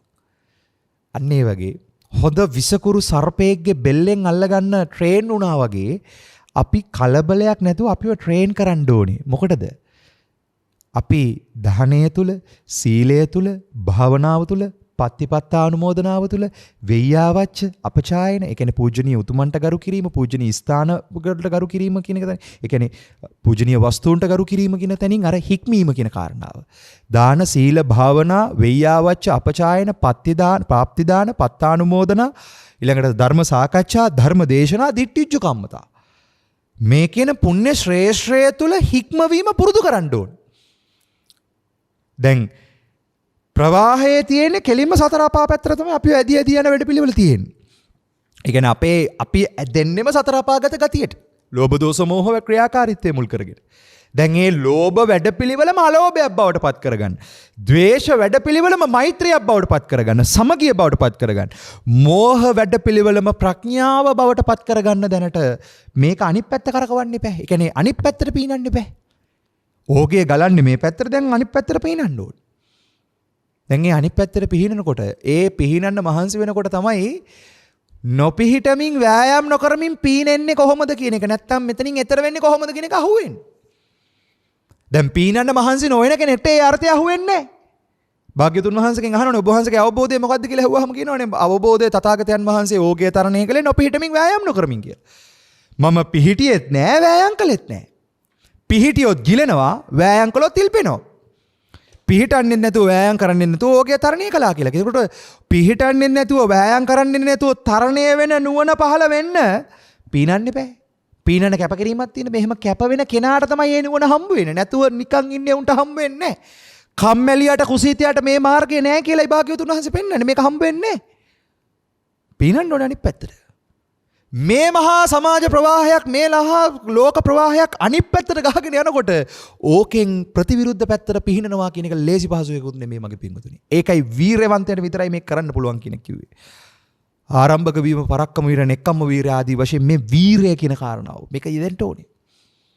එතකොට මහා පුරුෂ වීරයෙන් සමන්නාගත වෙත තථාගත බුදුරජාණන් වහන්සේගේ ගුණය සිහි කරනකොට තමයි අපිට ඒ ගුණයට සද්ධාාවක් කෙනකොට තමයි ඒ වීරය ගන්න පුළුවන්. නැත්තම් අපි පව් බහිනවා. කොහොමද පව් බහින්නේ? දැන් ඕක මට දැනෙච්ච තැනක් මම කියන්නද. මට මතකයි මම A level වල ක්ලාස් ගියේ නුගේගොඩ. ඒ නුගේගොඩ ක්ලාස් එකකදී දවසක් අපි මට මතකයි අපේ ඉතිහාසයේ ගුරුතුමා, මම කලා විෂය ධාරාව ඉගෙන ගත්තේ. ඉතිහාසයේ ගුරුතුමා කලින් අවුරුද්දේ හොඳ රිසල්ට්ස් දාපු අයියලා ගෙනල්ලා ඒ අයියලා ලව්ව ස්පීච් එකක් කෙරෙව්වා. ඒ ස්පීච් එක කෙරෙව්ව වෙලාවේදී ඒක අහගෙන ඉන්නකොට මට පුදුමාකාර මොරාල් එකක් ආවා. විභාගේ ගොඩ දාන්න ඕනි කියලා. ඒක ඒ ආපු මොරාල් එක කොච්චරද කියලා කියනවනම් මට විභාගෙට තිබ්බේ මාස 3ක් විතර වගේ. මම ඒ වෙනකොට පන්තියත් ඇත්තටම අන්තිම හිටියේ. ඒ කියන්නේ මම හැමදාම පන්තියේ මම මොකද විභාගේ එච්චර කෑ ගලේ නැහැ. මොකද මට ඒ එක්සෑම්ස් දැනෙලා තිබ්බේ නැහැ. සහ ඒ කියන්නේ ඒව කරන්න ඕනේ කියන එක එච්චර ඔළුවේ තිබ්බේ නැහැ. මම බොහොම නිදහසේ කාලා, ඒ කියන්නේ අම්මා බත් එක හදලා දෙනවා, ඒක අරගෙන ඉස්කෝලේ යනවා, මේව කරනවා, මේ යාළුවොත් එක්ක කෑම කනවා, බොහොම අර කෙලිලොල් ජීවිතයක් ගත කරපු මිනිස්සෙක්. එතකොට විභාගේ ගොඩ දාන්න ඕනි කියන අදහස ආපුවාට පස්සේ අර ආපු මොරාල් එකත් එක්ක මම පාඩම් කළා. අවුරුදු 2ක් පන්ති ගියාට අන්තිම මාස 3 පාඩම් කළා තමයි එක්සෑම් එක ගොඩ දැම්මේ. හැබැයි එතනට මොරාල් වෙන්න බලපෑවේ ඒ වීරය ආවේ අර පන්තියේ ගුරුවරයා කලින් අවුරුද්දේ විභාග ලියලා ඒක හරියට පාස් වෙච්ච අයියා කෙනෙක් ඇවිල්ලා කියපු මේ කතාවත් එක්ක. මට ඒ වෙලාවේ පෙළඹවීමක් ආවා මේක කරගන්න ඕනි කියලා. ඒ වගේ දැන් ලෝක සම්මතයේ තියෙන සේරම දේවල් පැත්තකට දාලා ඉවරලා විමුක්තිය අවබෝධ කරගන්න ඕනි කියලා පැවිදි ජීවිතයකටත් ආවට පස්සේ මට මාව අර කියන්නේ වීරවන්ත කරගන්න, මගේ භාෂාවෙන් කිව්වොත් මොරාල් කරගන්න, මේ කෙලෙස් යුද්ධයේ ජයගෙන යන්න, ඉදිරියට යන්න මගේ පිටිපස්සෙන් නිරන්දගෙන හැමතිස්සෙම මාව දිරිගන්නවන්නේ භාග්‍යවතුන් වහන්සේ. භාග්‍යවතුන් වහන්සේගේ ධර්මයේ කියවනකොට භාග්‍යවතුන් වහන්සේගේ ජාතක පාළිය, ඒ වගේම තමයි චර්යා පිටක පාළිය, ධම්මපද පාළිය, මේ දේවල් අර හිත කියවන්න යන්නේ නැහැ. අවස්ථාවක් හම්බුනහම කියවන්නේ. ඒ දකින්න දේවල්, ඒ කතා, බණවල ඇහෙන කතා, ඒව අහිලා තමයි මේ මොරාල් එක එන්නේ. මොකද්ද මේ මොරාල් එක කියලා මම මේ කියන්නේ? වීරය. කෙලෙස් ප්‍රශ්නය බිඳගෙන යන්න මහා වීරයක් ඕනේ. ඒ වීරයට අපිට ඉන්නේ භාග්‍යවතුන් වහන්සේ. චතුරංග සමන්නාගත මහා වීරයෙන් වැඩ හිටපු භාග්‍යවතුන් වහන්සේ. ඒ භාග්‍යවතුන් වහන්සේත් එක්ක යන්න නැතුව මේක ගන්න බෑ මේ වීරය. උන්වහන්සේත් එක්කමයි යන්න ඕනේ. උන්වහන්සේ සමගමයි කටයුතු කරන්න ඕනේ.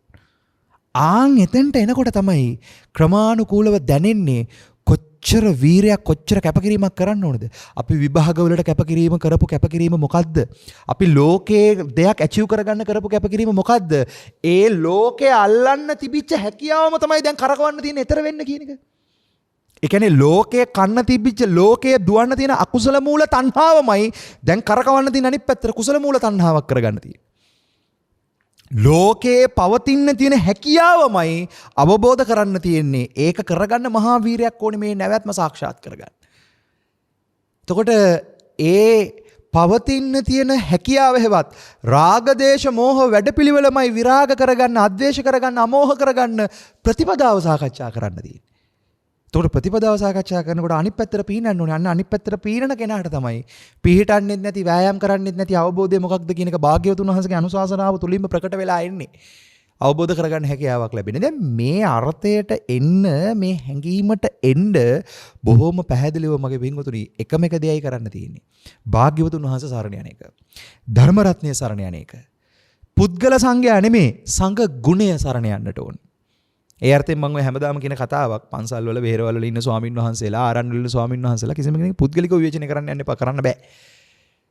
බුදුහාමුදුරේකට අපිට අවසරය දෙන්නෙත් නෑ. අපි කරන්න ඕනේ කෙලෙස් ප්‍රශ්නය විවේචනය කරන තැනට මහන්සි වෙන එක. ආන් එතෙන්ට එන කෙනාට ධර්ම විනය ප්‍රගුණ කරන්න පැහැදිලිවම හොඳ විමසීමක් තියෙන්න එපා. හොඳ විමසීමක් තියෙන්නත් ඕනේ, වගේ හොඳ විමසීමක් තියෙන්නත් ඕනේ.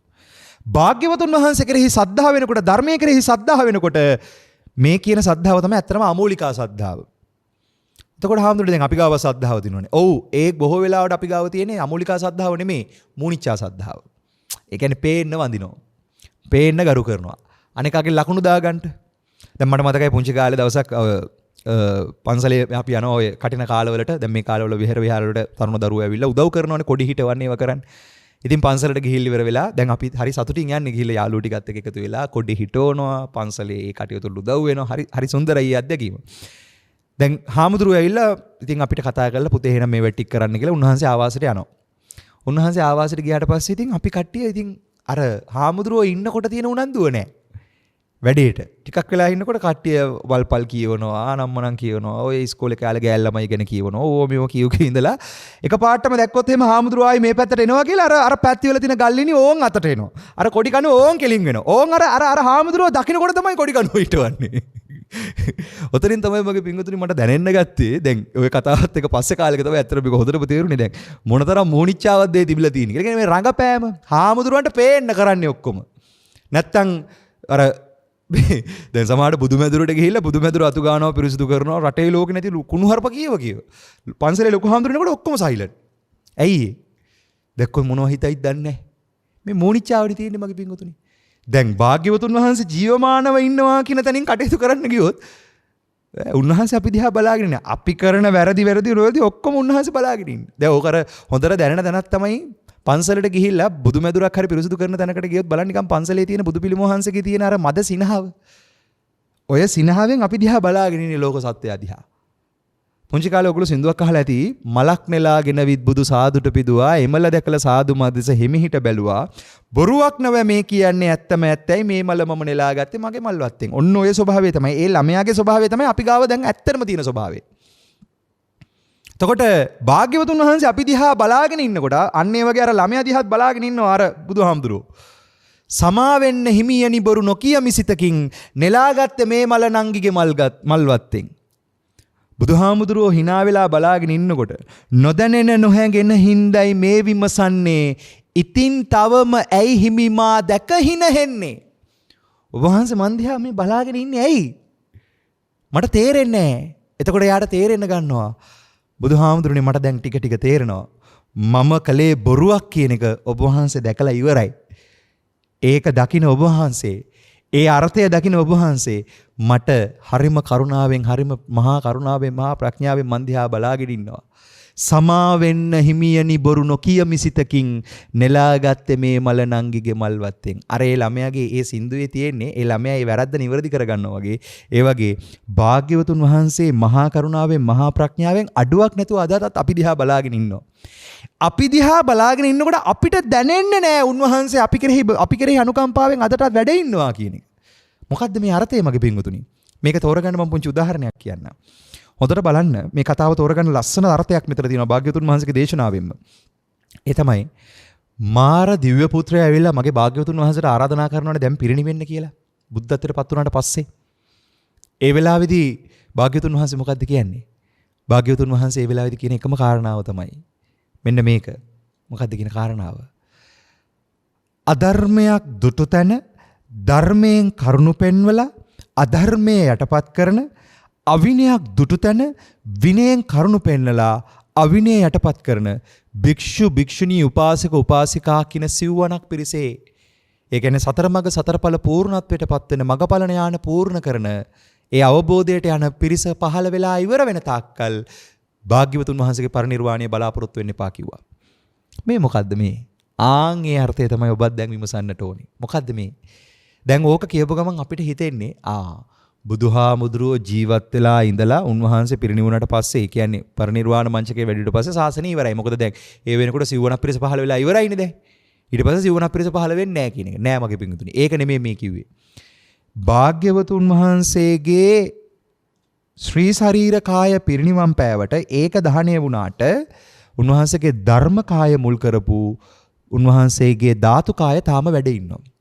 එතකොට ධාතු පරිනිර්වාණය වෙනකන් උන්වහන්සේගේ ශාසනය විපුල ඵල නෙලන්නට පුළුවන් අපිට.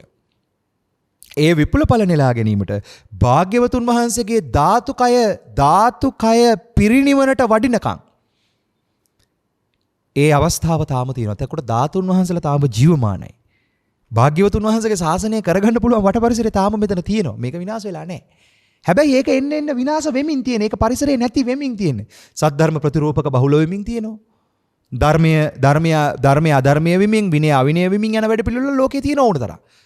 ඒක මහායාන සම්ප්‍රදාය වේවා, තේරවාදී සම්ප්‍රදාය වේවා, මේ හැමතැනම මේක තියෙන ප්‍රශ්නයක්. ඔය මහායාන සම්ප්‍රදාය මම අසුරු කරන ගුරුවරු කිහිප දෙනෙක් ඉන්නවා. ඒ ගුරුවරු ඕක ලස්සනට කියනවා. ඒගොල්ලොත් කියනවා මේ දැන් මහායානීය කියන එකත් වරද්දගෙන දැන් තියෙන්නේ කියන එක. එතකොට තේරවාදී සම්ප්‍රදායෙත් වරද්දගත්ත තැන් අනන්ත අපරිමාණ තියෙනවා. එතකොට දැන් මහායානීය තේරයානීය මහායානීය වජ්‍රයානීය ඔය ආනා ගැන නෙමෙයිනේ අපි අත්‍තරම් බලන්න ඕනේ කියන්නේ. වජ්‍රයානීය මොකද්ද? මහායානීය මොකද්ද? තේරයානීය මොකද්ද? තේරවාදය මොකද්ද කියන එක නෙමෙයිනේ බලන්න ඕනේ. අපි බලන්න ඕනේ නිවන පූර්ණේ කරගන්න ඕනේ කොහොමද? නිබ්බාන අවබෝධයට පත් වෙන්නේ කොහොමද අපි කැප වෙන්න ඕනේ? ඒක අර බ්‍රහ්මංස හාමුදුරන් එක වෙලාවක ඇවිල්ලා අහනවනේ එක ශ්‍රාවකෙක් අද ලෝකයේ තියෙනවා නිවන් දකින්න. දැන් අපි ලංකාවේ මේ කොටු වෙලා හිටියට ලෝකෙට පොඩ්ඩක් බහැලා බැලුවම තේරෙනවා මේ ඒක වර්ල්ඩ් වයිඩ් මේ කතාව යනවා. ඔය අජාන් අමරෝ, අජාන් සුකිතෝ, ඒ වගේ ඔය අජාන්චා හාමුදුරුවන්ගේ ආభాෂය ලැබපු සුදු හාමුදුරුවෝ අද ඉතාම ප්‍රශංසනීය විදිහට ධර්ම අනුශාසනාව ප්‍රාතිහාර්ය පාමින් තේරවාදී සම්ප්‍රදාය මුදුන්පත් කරමින් ඉන්නවා ලෝකෙට. විශාල වශයෙන් සුදු හාමුදුරුවෝ ඇවිල්ලා පැවිදි වෙමින් ඉන්නවා. ඔය ලග්ගල, හග්ගල, ඊට පස්සේ ඔය නකල්ස් පැති වලට ගියාම වැඩිපුරම ඉන්නේ අද දකින්න පුළුවන් අපේ සුදු ස්වාමින් වහන්සේලා පිටරට වලින් ඇවිල්ලා භාවනා යෝගියෝ වැඩ ඉන්නවා. උන්වහන්සේලා මේ රටවල් හොයාගෙන එනවා. ඒ එන සමහර පිරිස් කියන කතාවක් තමයි ධර්මය සම්බන්ධව විද්වත් සාකච්ඡාව සහ ප්‍රතිපදාව ගැන ගැඹුරට කතා කරන්න හොඳයි තායිලන්තය වගේ රටවල්. හැබැයි ඒක ප්‍රගුණ කරන්න හොඳ රටක් විදිහට සැලකන්නේ ලංකාව. මොකද ලංකාවේ මේ වට පරිසරය ඇතුලේ ධර්මය සම්බන්ධ විවිධාකාර වාද විවාද, ගැටුම්, ඊට පස්සේ ප්‍රශ්න, ඒවා මැද්දෙන් අවංකව ප්‍රගුණ කරගන්න පිරිසට ඒ පරිසරෙත් මෙතන තියෙනවා. බුදුහාමුදුරන් කාලේ වගේ ඒ තියෙන අර බුද්ධ කෝලහලය වගේ මේ කාලේ අපේ රටේ ඇදිලා තියෙන ලොකු රහත් කෝලහලයක්.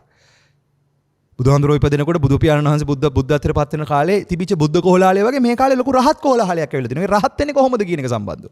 Facebook එකට ගියාම විශාල වශයෙන් රහතන් වහන්සේ සම්බන්ධව විවිධාකාර මතවාද, ගැටුම්, ප්‍රශ්න ඇති කරගෙන සංවාද කරනවා, වාද කරනවා, විවාද කරනවා.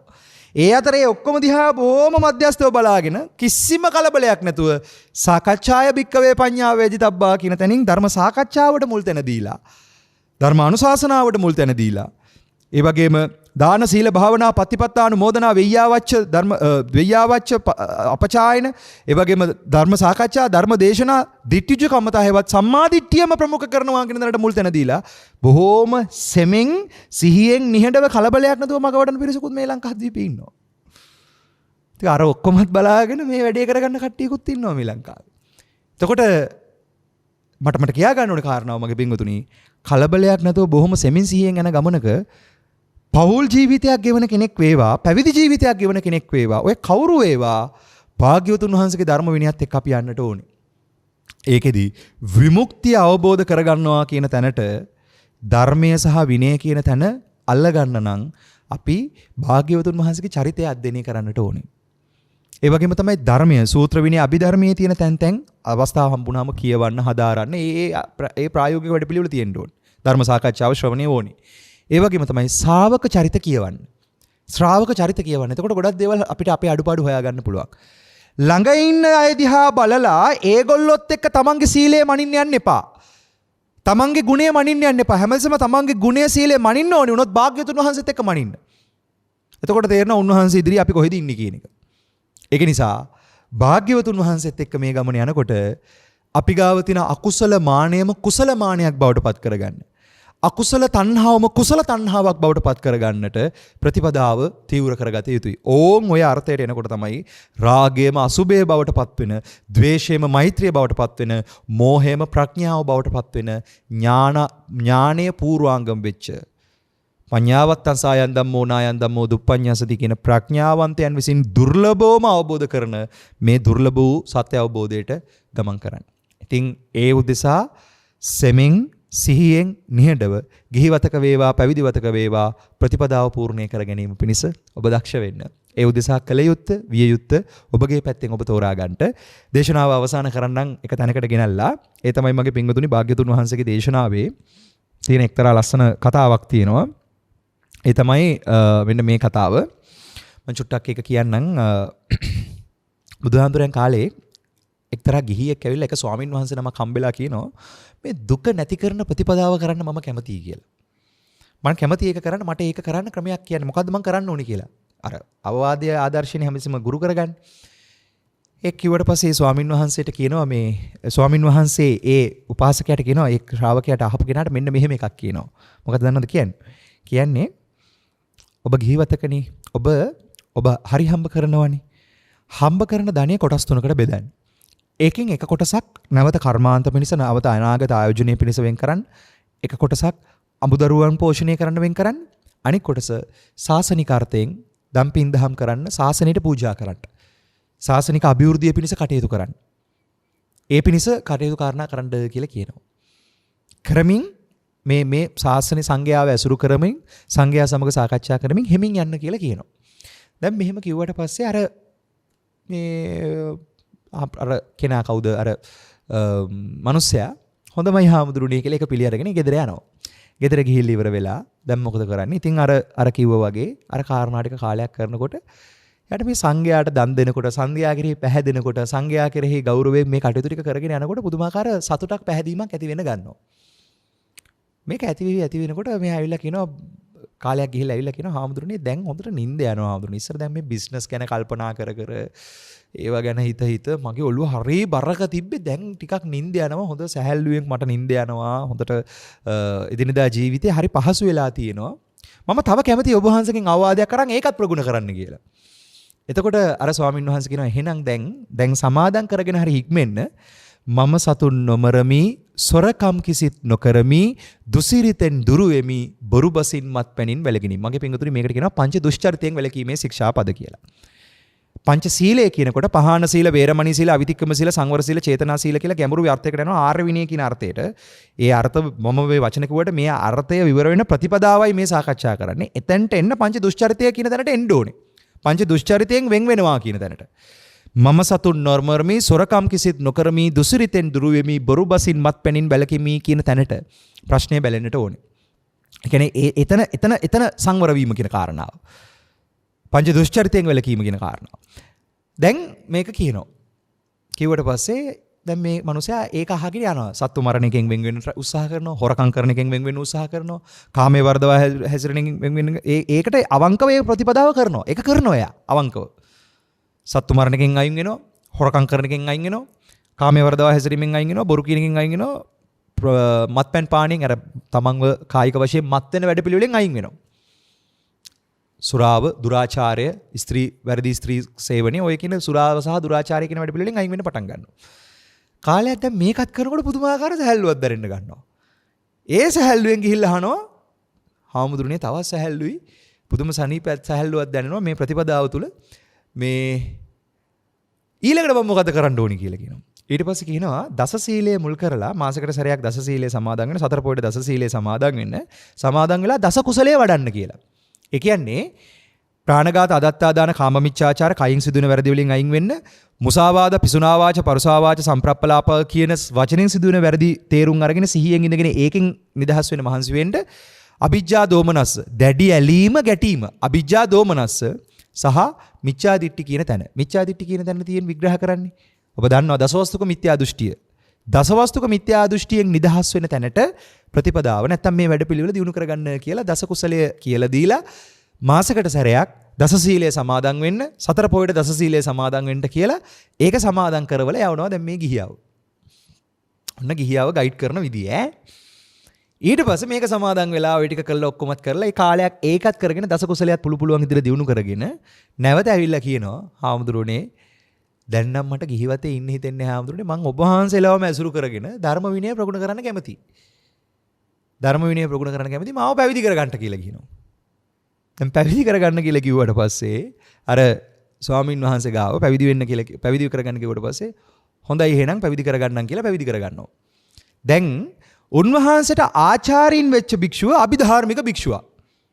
උන්වහන්සේට උපාධ්‍යාචාරින් වෙච්ච භික්ෂුව උන්වහන්සේට උපාධ්‍යාචාරින් වෙච්ච භික්ෂුව වෙන්නේ විනය දන්න භික්ෂුවක්. හොඳට විනය ප්‍රගුණ කරන හාමුදුරු කෙනෙක්. දැන් උදේට ගිහිල්ලා ආචාරින් වහන්සේත් එක්ක සාකච්ඡා කරනකොට චිත්ත වීති ගැන, පටිච්චසමුප්පාදය, විඥාණය මේ අර මහා ගැඹුරු කාරණා කියනවා. අභිධාර්මික කාරණා ගැඹුරින් අභිධර්මයේ තියෙන විවිධාකාර පරියායන් සාකච්ඡා කර තමයි දැන් මේ කතාව යන්නේ. මේ කතාව අහගෙන ඉන්නේ අභිධාර්මික භික්ෂුවක් යටතේ තමයි දැන් මේක ඇහෙන්නේ.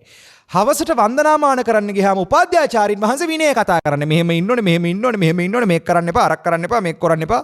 සේ කියාගෙන අරවයි මේවයි ඔක්කොම නිසඳකි පචිති ඇවැත් අයව මේ ඔක්කොම විනය තමයි කියන්නේ. දැන් මොකද උනේ? මේක කාලයක් අහගෙන ඉන්නකොට මේ හාමුදුරුවන්ට මේක එපා වෙනවා. මේ සාමණේර හෙරණ හාමුදුරුවන්ට මේක එපා වෙනවා. මොකද්ද එපා වෙන්නේ? බුදු අම්බෝ මේක කොච්චර ගැඹුරුද මට බෑ මේක කරන්න කියලා. මේ පැවිද්ද මට කරන්න බෑ මයි යනවා යන්න කියලා චීවරයේ පැත්තකින් තියලා සිවුරු ඇරලා යන්නවා කියලා තීරණය කරලා යන්න ගියා. ඔහොම යන වෙලාවේ එළියට බහලා යන වෙලාවේදී භාග්‍යවතුන් වහන්සේව මුණ ගැහෙනවා. භාග්‍යවතුන් වහන්සේවටත් කියලා යනවා කියලා භාග්‍යවතුන් වහන්සේට මේක කියලා යන්න වෙනවා. ආන් එක කියන්න ගිය වෙලාවේදී දැන් මේ පැවිද්ද ඇරලා යනවා කියලා කිව්වහම ආචාර්යින් වහන්සේ උපාධ්‍යාචාර්යින් වහන්සේ දෙන්නම එක්ක යනවා භාග්‍යවතුන් වහන්සේ ගාවට. භාග්‍යවතුන් වහන්සේ ගාවට එක්කන් ගියාට පස්සේ මේ භික්ෂුවගෙන් අහනවා භික්ෂුව මේ පුද්ගලයන් අහනවා ඇයි ඔබ මේ චීවරය ඇරලා යන්නේ කියලා. ඔබ ඇයි මේ සිවුරු ඇරලා යන්නේ? එතකොට කියනවා මට මේක කරන්න හරි අමාරුයි බුදුහාමුදුරුවනේ. මේක මම හිතාගෙන ආවේ හරි ලේසියෙන් මේක කරන්න පුළුවන් කියලා. මේක හරි අමාරුයි. මට බෑ මේක කරන්න මයි යනවා බුදුහාමුදුරුවනේ.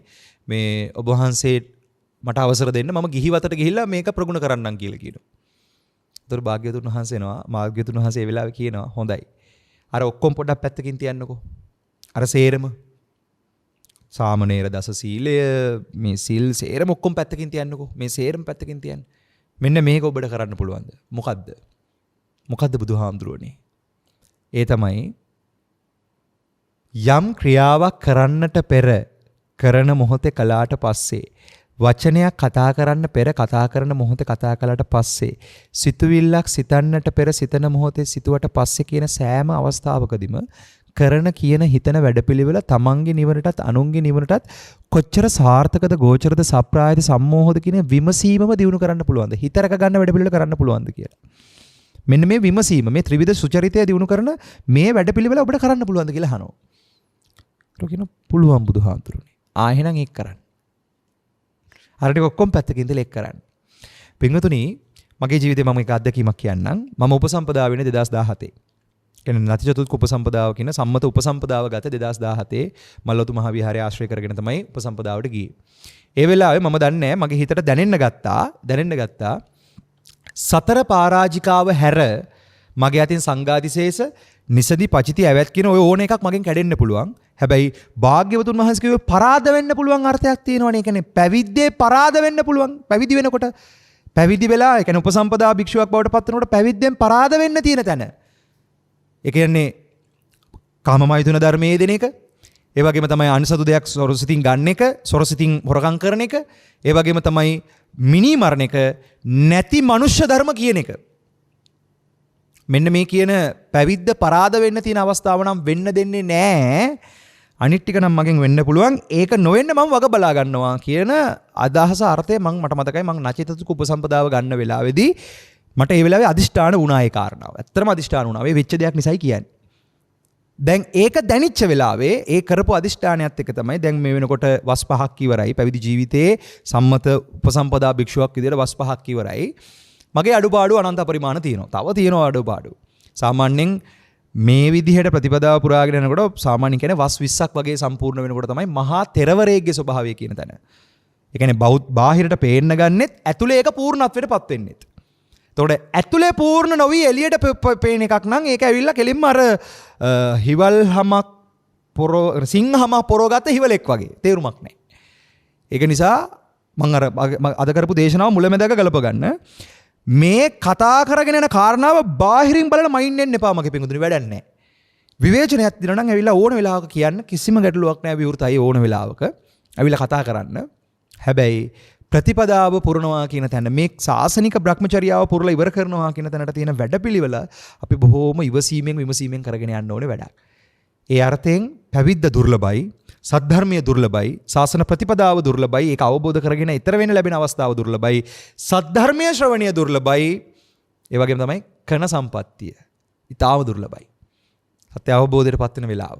මේ දුර්ලභත්වය දුර්ලභ විදිහටම දැනෙන තැනමටම ඔබට මේක වැටහෙන්න නම් එකම දෙයයි තියෙන්න ඕනේ. ඒ තමයි ඔබට අවංක වෙලා තමන්ගේ පැත්තෙන් ප්‍රතිපත්තිය කරගෙන යන එක. ඒ අර්ථයෙන් අදටත් 227ක් ශික්ෂාපද වලට මම ගරු කරනවා. හැබැයි මම ප්‍රගුණ කරන්නේ අර කුසලස්ස උපසම්පදාව පිණිස අර කියන කාරණාව. ක්‍රියාවක් කරන්නට පෙර කරන මොහොතේ කළාට පස්සේ වචනයක් කතා කරන්න පෙර කතා කරන මොහොතේ කතා කළාට පස්සේ සිතුවිල්ලක් සිතන්නට පෙර සිතන මොහොතේ සිතුවට පස්සේ කියන තැනින් ත්‍රිවිධ සුචරිතේ පූර්ණ වෙනවා කියන තැනට කායේන සංවරෝ සාදු සාදු ආචාය සංවරෝ මනසා සංවරෝ සාදු සාදු සබ්බත සංවරෝ කියන තැනට තමයි අපි මේ උත්සාහවන්ත වෙන්නේ. ඒක නිසා තථාගතයන් වහන්සේ මේ අර්ථය දුන්නට පස්සේ ඒ උපාසකයා ඒ අර සාමණේර ස්වාමින් වහන්සේට උන්වහන්සේ නැවත ගිහිල්ලා බැවිද්ද නතර වෙනවා. නතර වෙලා රහත් ඵලයෙන්ම කෙලවර කරලා සසර දුක කෙලවර කරනවා. මේ වෙලාවේදී මේ අර්ථය විවරණය කරපු භාග්‍යවතුන් වහන්සේ ඒ අවස්ථාවේදී කරපු ගාථා විග්‍රහයක් තියෙනවා. නැත්නම් ඒ විග්‍රහය පසු කාලිනව ධම්මපද පාළියේදී ගාථා පාඨ 4ක් විදියට විග්‍රහ වෙලා තිනවා. ඒ ගාථා පාඨ 4 තමයි මෙන්න මේක. සුදුද්ධ සංසුනිපුනං යත්ත කාම නිපාතිනං චිත්තං රක්ඛේත මේදාවි චිත්තං ගුත්තං සුඛාවහං. දක්නට ඊතා නොපිලිවන් ඊතා සියුම් වූ ඊතා කැමැති අරමුණක බැස වැටෙන සුළු වූ සිත නුවණැත්තේ රක්ණේය. සිත නොඑක් අරමුණෙහි විසිර පැවැත්නාහිදී එක් අරමුණක මෙහෙයවමින් ලොවි ලෝතුරා සෝය අවබෝධ කර ගැනීම පිණිසම මෙහෙයවීම මහා සුවයයි කියන එක. දැන් එකම අරමුණ වෙන්නේ ඒකාග්‍රම අරමුණ වෙන්නේ නිවන් පූර්ණය කියන එක. නිවන් පූර්ණයේ පිණිස අරමුණම අවබෝධ කරන්නට ඕනේ. අරමුණම අවබෝධ කරනවා කියන තැනට අපිට තියෙන සතිපට්ඨාන භාවනාව. එතකොට සතිය ප්‍රමුඛ කරලා සද්ධාව, වීරය, සමාධිය, ප්‍රඥාව කියන ඊතුරු ඉන්ද්‍රිය ධර්මයන් තියුණු කරගෙන ඉදිරියට යන ප්‍රතිපදාවක් ගැන තමයි අපි මේ හැමතිස්සෙම සාකච්ඡා කරන්නේ බුදුහාමුදුරන්ගේ අනුශාසනාව ගුරුතන්හි තියාගෙන. ඉතින් ඒ අර්ථයෙන් අතුරුගිරියේ සුබෝධ කියන මේ නමින් ඔබ ඉදිරියේ පෙනී ඉන්න ස්වාමින් වහන්සේ අතින් කිනම් හෝ ආකාරයකින් අඩුවක් පාඩුවක් සිද්ධ වුණොත් 10000 වාරයක් සමාවෙන්න මම හැමදාම කියනවා වගේ මට බලෙන් හික්මෙන්න අවශ්‍යතාවයක් නැහැ. එහෙම හික්මෙන්නෙත් නැහැ. හික්මීම කියන කාරණාව අවබෝධය තුලමයි යෙදෙන්නට ඕනේ. ඒ අවබෝධය මතු කර ගැනීම පිණිසයි මේ සෑම සියලු ව්‍යායාමයක්ම කරන්නේ. ඒකෙදි අපේ අඩුපාඩුවක් දැක්කොත් අනිවාර්යයෙන්ම කියන්න. ඒක ඉතාම වටිනවා. සාකච්ඡාවට විවෘතයි. ඒ වගේම තමයි හැමතිස්සෙම ඒ අඩුපාඩුව විවේචනය කරන්න එන තැනදී අපි හැමතිස්සෙම මේක ඔබටත් මටත් අපි හැමෝටම ඈතර වීමම සත්‍ය අවබෝධයම ඈතර වීමම කියන එක නැත්නම් නිවනම අවබෝධ වෙනවා කියන වේවා කියන අර්ථයෙන්මයි මේ අර්ථය කරගෙන යන්නට ඕනේ. ඒ අර්ථයෙන් අපි ප්‍රතිපත්තිය සාකච්ඡා කරමු. පරයාප්ති ශාසනය තුල වැඩ ඉන්න භික්ෂු භික්ෂුණී උපාසක උපාසිකා සිව්වණක් පිරිස විදිහට ප්‍රතිවේදය අවබෝධ කරගන්න වෙහෙසෙන පිරිසක් බවට පත් වෙනවා නම් ඒ තැනින් තමයි ප්‍රතිපත්තිය අවබෝධ කරන සතර මඟ සතර ඵල අවබෝධයට පත් වෙලා මඟඵල නුවණ පූර්ණ කරගන්න ප්‍රතිවේදයේ සාක්ෂාත් කරගන්න පිරිසක් බවට අපිට පත් වෙන්න පුළුවන්. ඒ අර්ථයෙන් භාග්‍යවතුන් වහන්සේ තාම ජීවමානයි, ධර්මකාය ජීවමානයි. විය යුතු එකම දේ තමයි උන්වහන්සේගේ ධර්මය, උන්වහන්සේගේ විනය ගුරුතන්හි තබාගෙන භාග්‍යවතුන් වහන්සේ සමග හදවතින් මේ ගමනේ අනේක. ඒ උදෙසා ඔබගේ පැත්තෙන් කළ යුත්ත, ඔබගේ අතින් විය යුත්ත මොකක්ද කියන එක ඔබ හොයාගන්න. ඒ අර්ථයෙන් දේශනාව හමාරයි. සහම්බන්ධ වෙච්ච හැම දිනාටම බොහෝමත්ම පිං. අද දේශනාව ඉවසීමේ ගුණය වර්ධනය කරමින් සාර්ථක පෞල් ජීවිතයක් ගත කිරීම සහ නිවන් මඟ පූර්ණේ කිරීමට උපකාර වන ආර්ථයේ දේශනාවක් කරන්න කියන එක. ඉතින් අපේ ශක්‍ය ප්‍රමාණයට, අපේ හැකි ප්‍රමාණයට දේශනාවක් සිද්ධ වෙන්නට ඇති. ඔබට ගන්න තියෙන දේ අරගෙන ඔබේ ගමන ඔබ යන්න. අපි යන මේ ගමන අපි යනවා. අපි සෑම සිළු දෙනාම එකම නිවන සාක්ෂාත් කරනවා කියන තැනින් අර කියන එකම සද්ධර්ම මණ්ඩලයකදී සැනසෙනවා කියන අර්ථේ කොහෙන් ආවත් එකම සද්ධර්ම මණ්ඩලයකදී තමයි අපිට සැනසෙන්න තියෙන්නේ. ආන්නේ සැනසීමම අප්‍රමාදීවම සම්පාදනය කර ගැනීම පිණිස ඔබ සෑම සිළු දෙනාටම අවශ්‍ය වට පරිසරය සැකසේවා. තෙරුවනේ රත්නත්‍රයේ අනන්ත ආශිර්වාදය ලැබේවා. බුද්ධ ආදී ආරොත්තමයන් නිරන්තරයෙන් සපයි කියා දේශනා කළවදාල උතුම් නිවනින්ම නිවී සැනසීම පිණිසම මේ සිද්ධ කරන්ට යෙදුණු ධර්මානුශාසනාවත් හැම දිනාටම හේතු ප්‍රත්‍යක්ම වේවා. නිවනම පිණිසම හේතු වාසනා වේවා කියලා අදිෂ්ඨාන කළ සාදුනාදයක් පවත්වන්න. සාදු සාදු සාදු. හොඳයි පින්වතුනි, අද ධර්මානුශාසනාව සඳහා දායකත්වය ලබා දීලා මේ කටයුත්ත සිද්ධ කරන්න මුල් වෙන්නේ මෙම උතුම් ධර්මානුශාසනාව සිද්ධ කරන ප්‍රඥානාලිකාව තුළින් විකාශය කිරීම සඳහා සදහැරි දායකත්වය දරනු ලබන්නේ විශ්‍රාමලත් බන්ධනාගාර නිලධාරී ආර්.පී. පියදාස මහතා විසින් වයස අවුරුදු 68 වියට පා තැබූ බන්ධනාගාර ශ්‍රේවී විශ්‍රාමලත් ආර්.පී. පියදාස මහතාට නිදුක් නිරෝගී සුවපත් භාවයේ දීර්ඝායු සම්පන්නියෙන් ඉක්මනින්ම චතුරාර්ය සත්‍ය ධර්ම අවබෝධය සලසා ගනිමින් උතුම් නිවන් අවබෝධය පිණිසම මේ පුණ්‍ය ධර්මයේ හේතු වාසනා වේවා. පියදාස මහතාගේ බිරිඳ හා දරුවන් ඇතුළු පවුලේ සැමට නිදුක් නිරෝගී සුවපත් භාවය ලැබේවා. මීට වසර 3කට පෙර මියගිය පියාණන් වන ආර්.පී. කොරනෝලිස් අප්පුහාමි මහතා සහ වර්ග පරම්පරාගත සියලුම ඥාතීන්ට මීට වසර 38කට පෙර මියගිය මෑණියන් වන ඩොල්ෆිනෝනා මහත්මියට සහ වර්ග පරම්පරාවේ සියලුම ඥාතීන්ට පියදාස මහතාගේ බිරිඳ වන විශ්‍රාමලත් හෙද නිලධාරිණී ජී ගමගේ මහත්මියගේ පියාණන් මීට වසර 46කට පෙර මියගිය කේ.ජී. මැන්ඩිස් අප්පුහාමි මහතාට සහ වර්ග පරම්පරාගත සියලුම ඥාතීන්ට මීට වර්ග පරම්පරාගත සියලුම ඥාතීන්ට පින් අනුමෝදන් කරනවා. ඊට පස්සේ මීට වසර 6කට පෙර මියගිය මෑණියන් වන කේ.පී. රනෙල් හාමි මහත්මියට සහ වර්ග පරම්පරාගත සියලුම ඥාතීන්ටත් මීට වසර 30කට පෙර මියගිය ලොකු අම්මා වන විතානගේ ලොකු හාමි මහත්මිය ඇතුළු වර්ග පරම්පරාවේ මියගිය සියලුම ඥාතීන්ටත් අපවත් වී වදාළ සියලුම මහා සංඝරත්නයටත් උතුම් ධර්ම දානමය පින්කමින් ජනිත වන්නා වූ පුණ්‍ය කුසල අනුමෝදන් වී සසර දුක් කෙලවර කර උතුම් නිවන් සාක්ෂාත් කර ගැනීමටම ලැබේවා. ගෞරවනීය දේශකයන් වහන්සේ ඇතුළු සියලුම මහා සංඝරත්නයට පතන බෝධියකින් චතුරාර්ය සත්‍ය ධර්ම අවබෝධයේ පූර්ණේ වෙලා නිවනින්ම නිවී සැනසීමටම හේතු වාසනා වේවා කියලා අර්ථයෙන් ඒ අතෝ ආශිර්වාද කරනවා.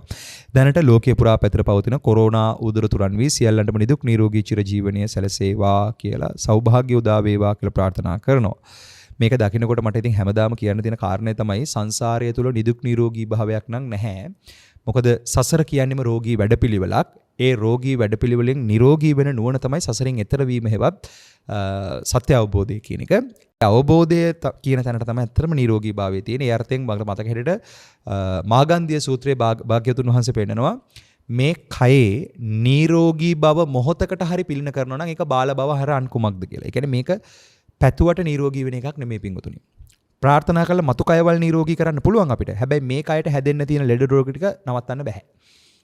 ඒක නිසා මේ කයේ නිරෝගී භාවය නෙමෙයි අපි ඇත්තටම ප්‍රාර්ථනා කරන්න ඕනේ සංසාරයේ නැමැති රෝගෙම්ම නිරෝගී වෙන්න කියන අර්ථයෙන්. ඒ අර්ථයෙන් සියලු ලෝක සියලු සත්‍යයන්ට නිදුක් වේවා, සියලු ලෝක සියලු සත්‍යෝ නිදුක් වේවා, නිරෝගී වේවා, සුවපත් වේවා, නිවනින්ම පිරිනිවේවා කියන තැනින් කරන්න පුළුවන් නම් ප්‍රාර්ථනාව පුණ්‍යානුමෝදනාව. ඒ පුණ්‍යානුමෝදනාවම ඊටාම උත්කෘෂ්ඨ අර්ථයෙන් දියුණු කරගෙන ඒ ඔස්සේම අවබෝධයට වටපරිසරය හදාගන්න පුළුවන්.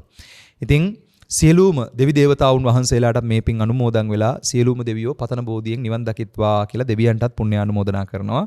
ඉතින් බොහොම පින් අද දේශනාවට සහ සම්බන්ධ වුණාට අපි එහෙනම් පුණ්‍යානුමෝදනාව මෙතකින් හමාර කරමින් සියලු දෙනාට රත්නත්‍රය අනන්ත ආශිර්වාදයේ පෙරදරි කරගෙන ශාස්ත්‍රූන් වහන්සේම ධර්ම විනයම ගුරුතන්හි තබාගෙන උතුම් වූ බුදුපසේ බුදුමහරහතන් වහන්සේලා නිරන්තරයෙන් සපයි කියා දේශනා කළ වදාළ උතුම් නිවන් අවබෝධයේ පිණසම ජීවිත අවබෝධය සලසා ගැනීම පිණසම මේ සියලුම ව්‍යායාමයේ උපනිශ්‍රයක් වේවා හැමදෙනාටම යහපතක්ම වේවා සතක් ශාන්තියක් අභිවෘද්ධියක් වේවා නිවන් සම්පත්ම සැලසේවා කියලා සාදුනාදයක් පවත්තු.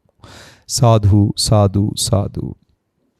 සසංග සියල් බඹලොව වසන දෙවියනි උරඟ ගුරුලුයක් බෝ නරාසුරයිනි නොළඟ මෙළඟ දිය ගොඩ සව්සතුනි සමග මෙපින් අනුමෝදන් සමසිතිනි වාත දෙරණට පටන් නොහැරම අකනිටා බඹලොව පටන් භූතයක් සෙන් බෙසන පිසසුන් මැසි මදුරු කුරු කුහුඹුවන් සතත මෙතහස මෙදහසුන් හිතමිතුරුන් ඇති යහළුවන් අපේ ගුරුවර දෙමාපිය සහ සියලු නෑසියෝ නිවන් දකින්නට ගනිත්වා මෙපින් උදේට පායන හිරු දෙවියන්ටයි සවසට පායන සඳ දෙවියන්ටයි අප සැමගේ ගුරුවර දෙමාපියන්ටයි සිහි කර පිං දෙමු නිවන් දකින්ටයි අප සැම ඇති දැඩි කළ දෙමාපියන්ටයි නිපුණ පුහුණු කළ ගුරු දෙගුරුන්ටයි මෙසියලු සක්වල වසනා බ්‍රහ්මදේව මනුස්ස සතරං අපාගත සියලු ලෝක සියලු සත්වයන්ටයි සිහි කර පිං දෙමු මෙත් සිතකින් නිවන් දකින්ටයි බුද්ධ රතනානුභාවේන ධම්ම රතනානුභාවේන සංඝ රතනානුභාවේන සබ්බ දුක්ඛං විනස්සතු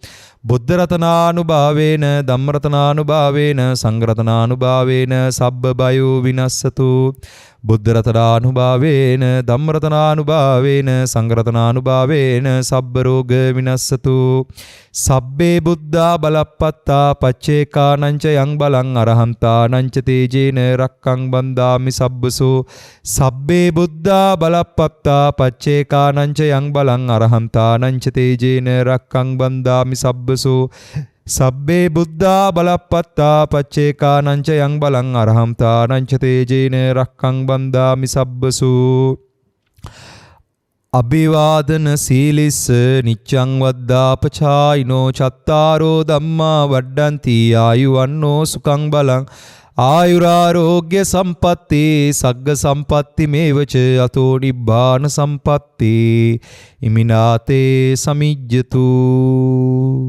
සුවිසි අනන්ත ගුණ බලෙන් උතුම් ධර්මාබෝධයම සැලසේවා සුවපත් වේවා තෙරුවන් සරණයි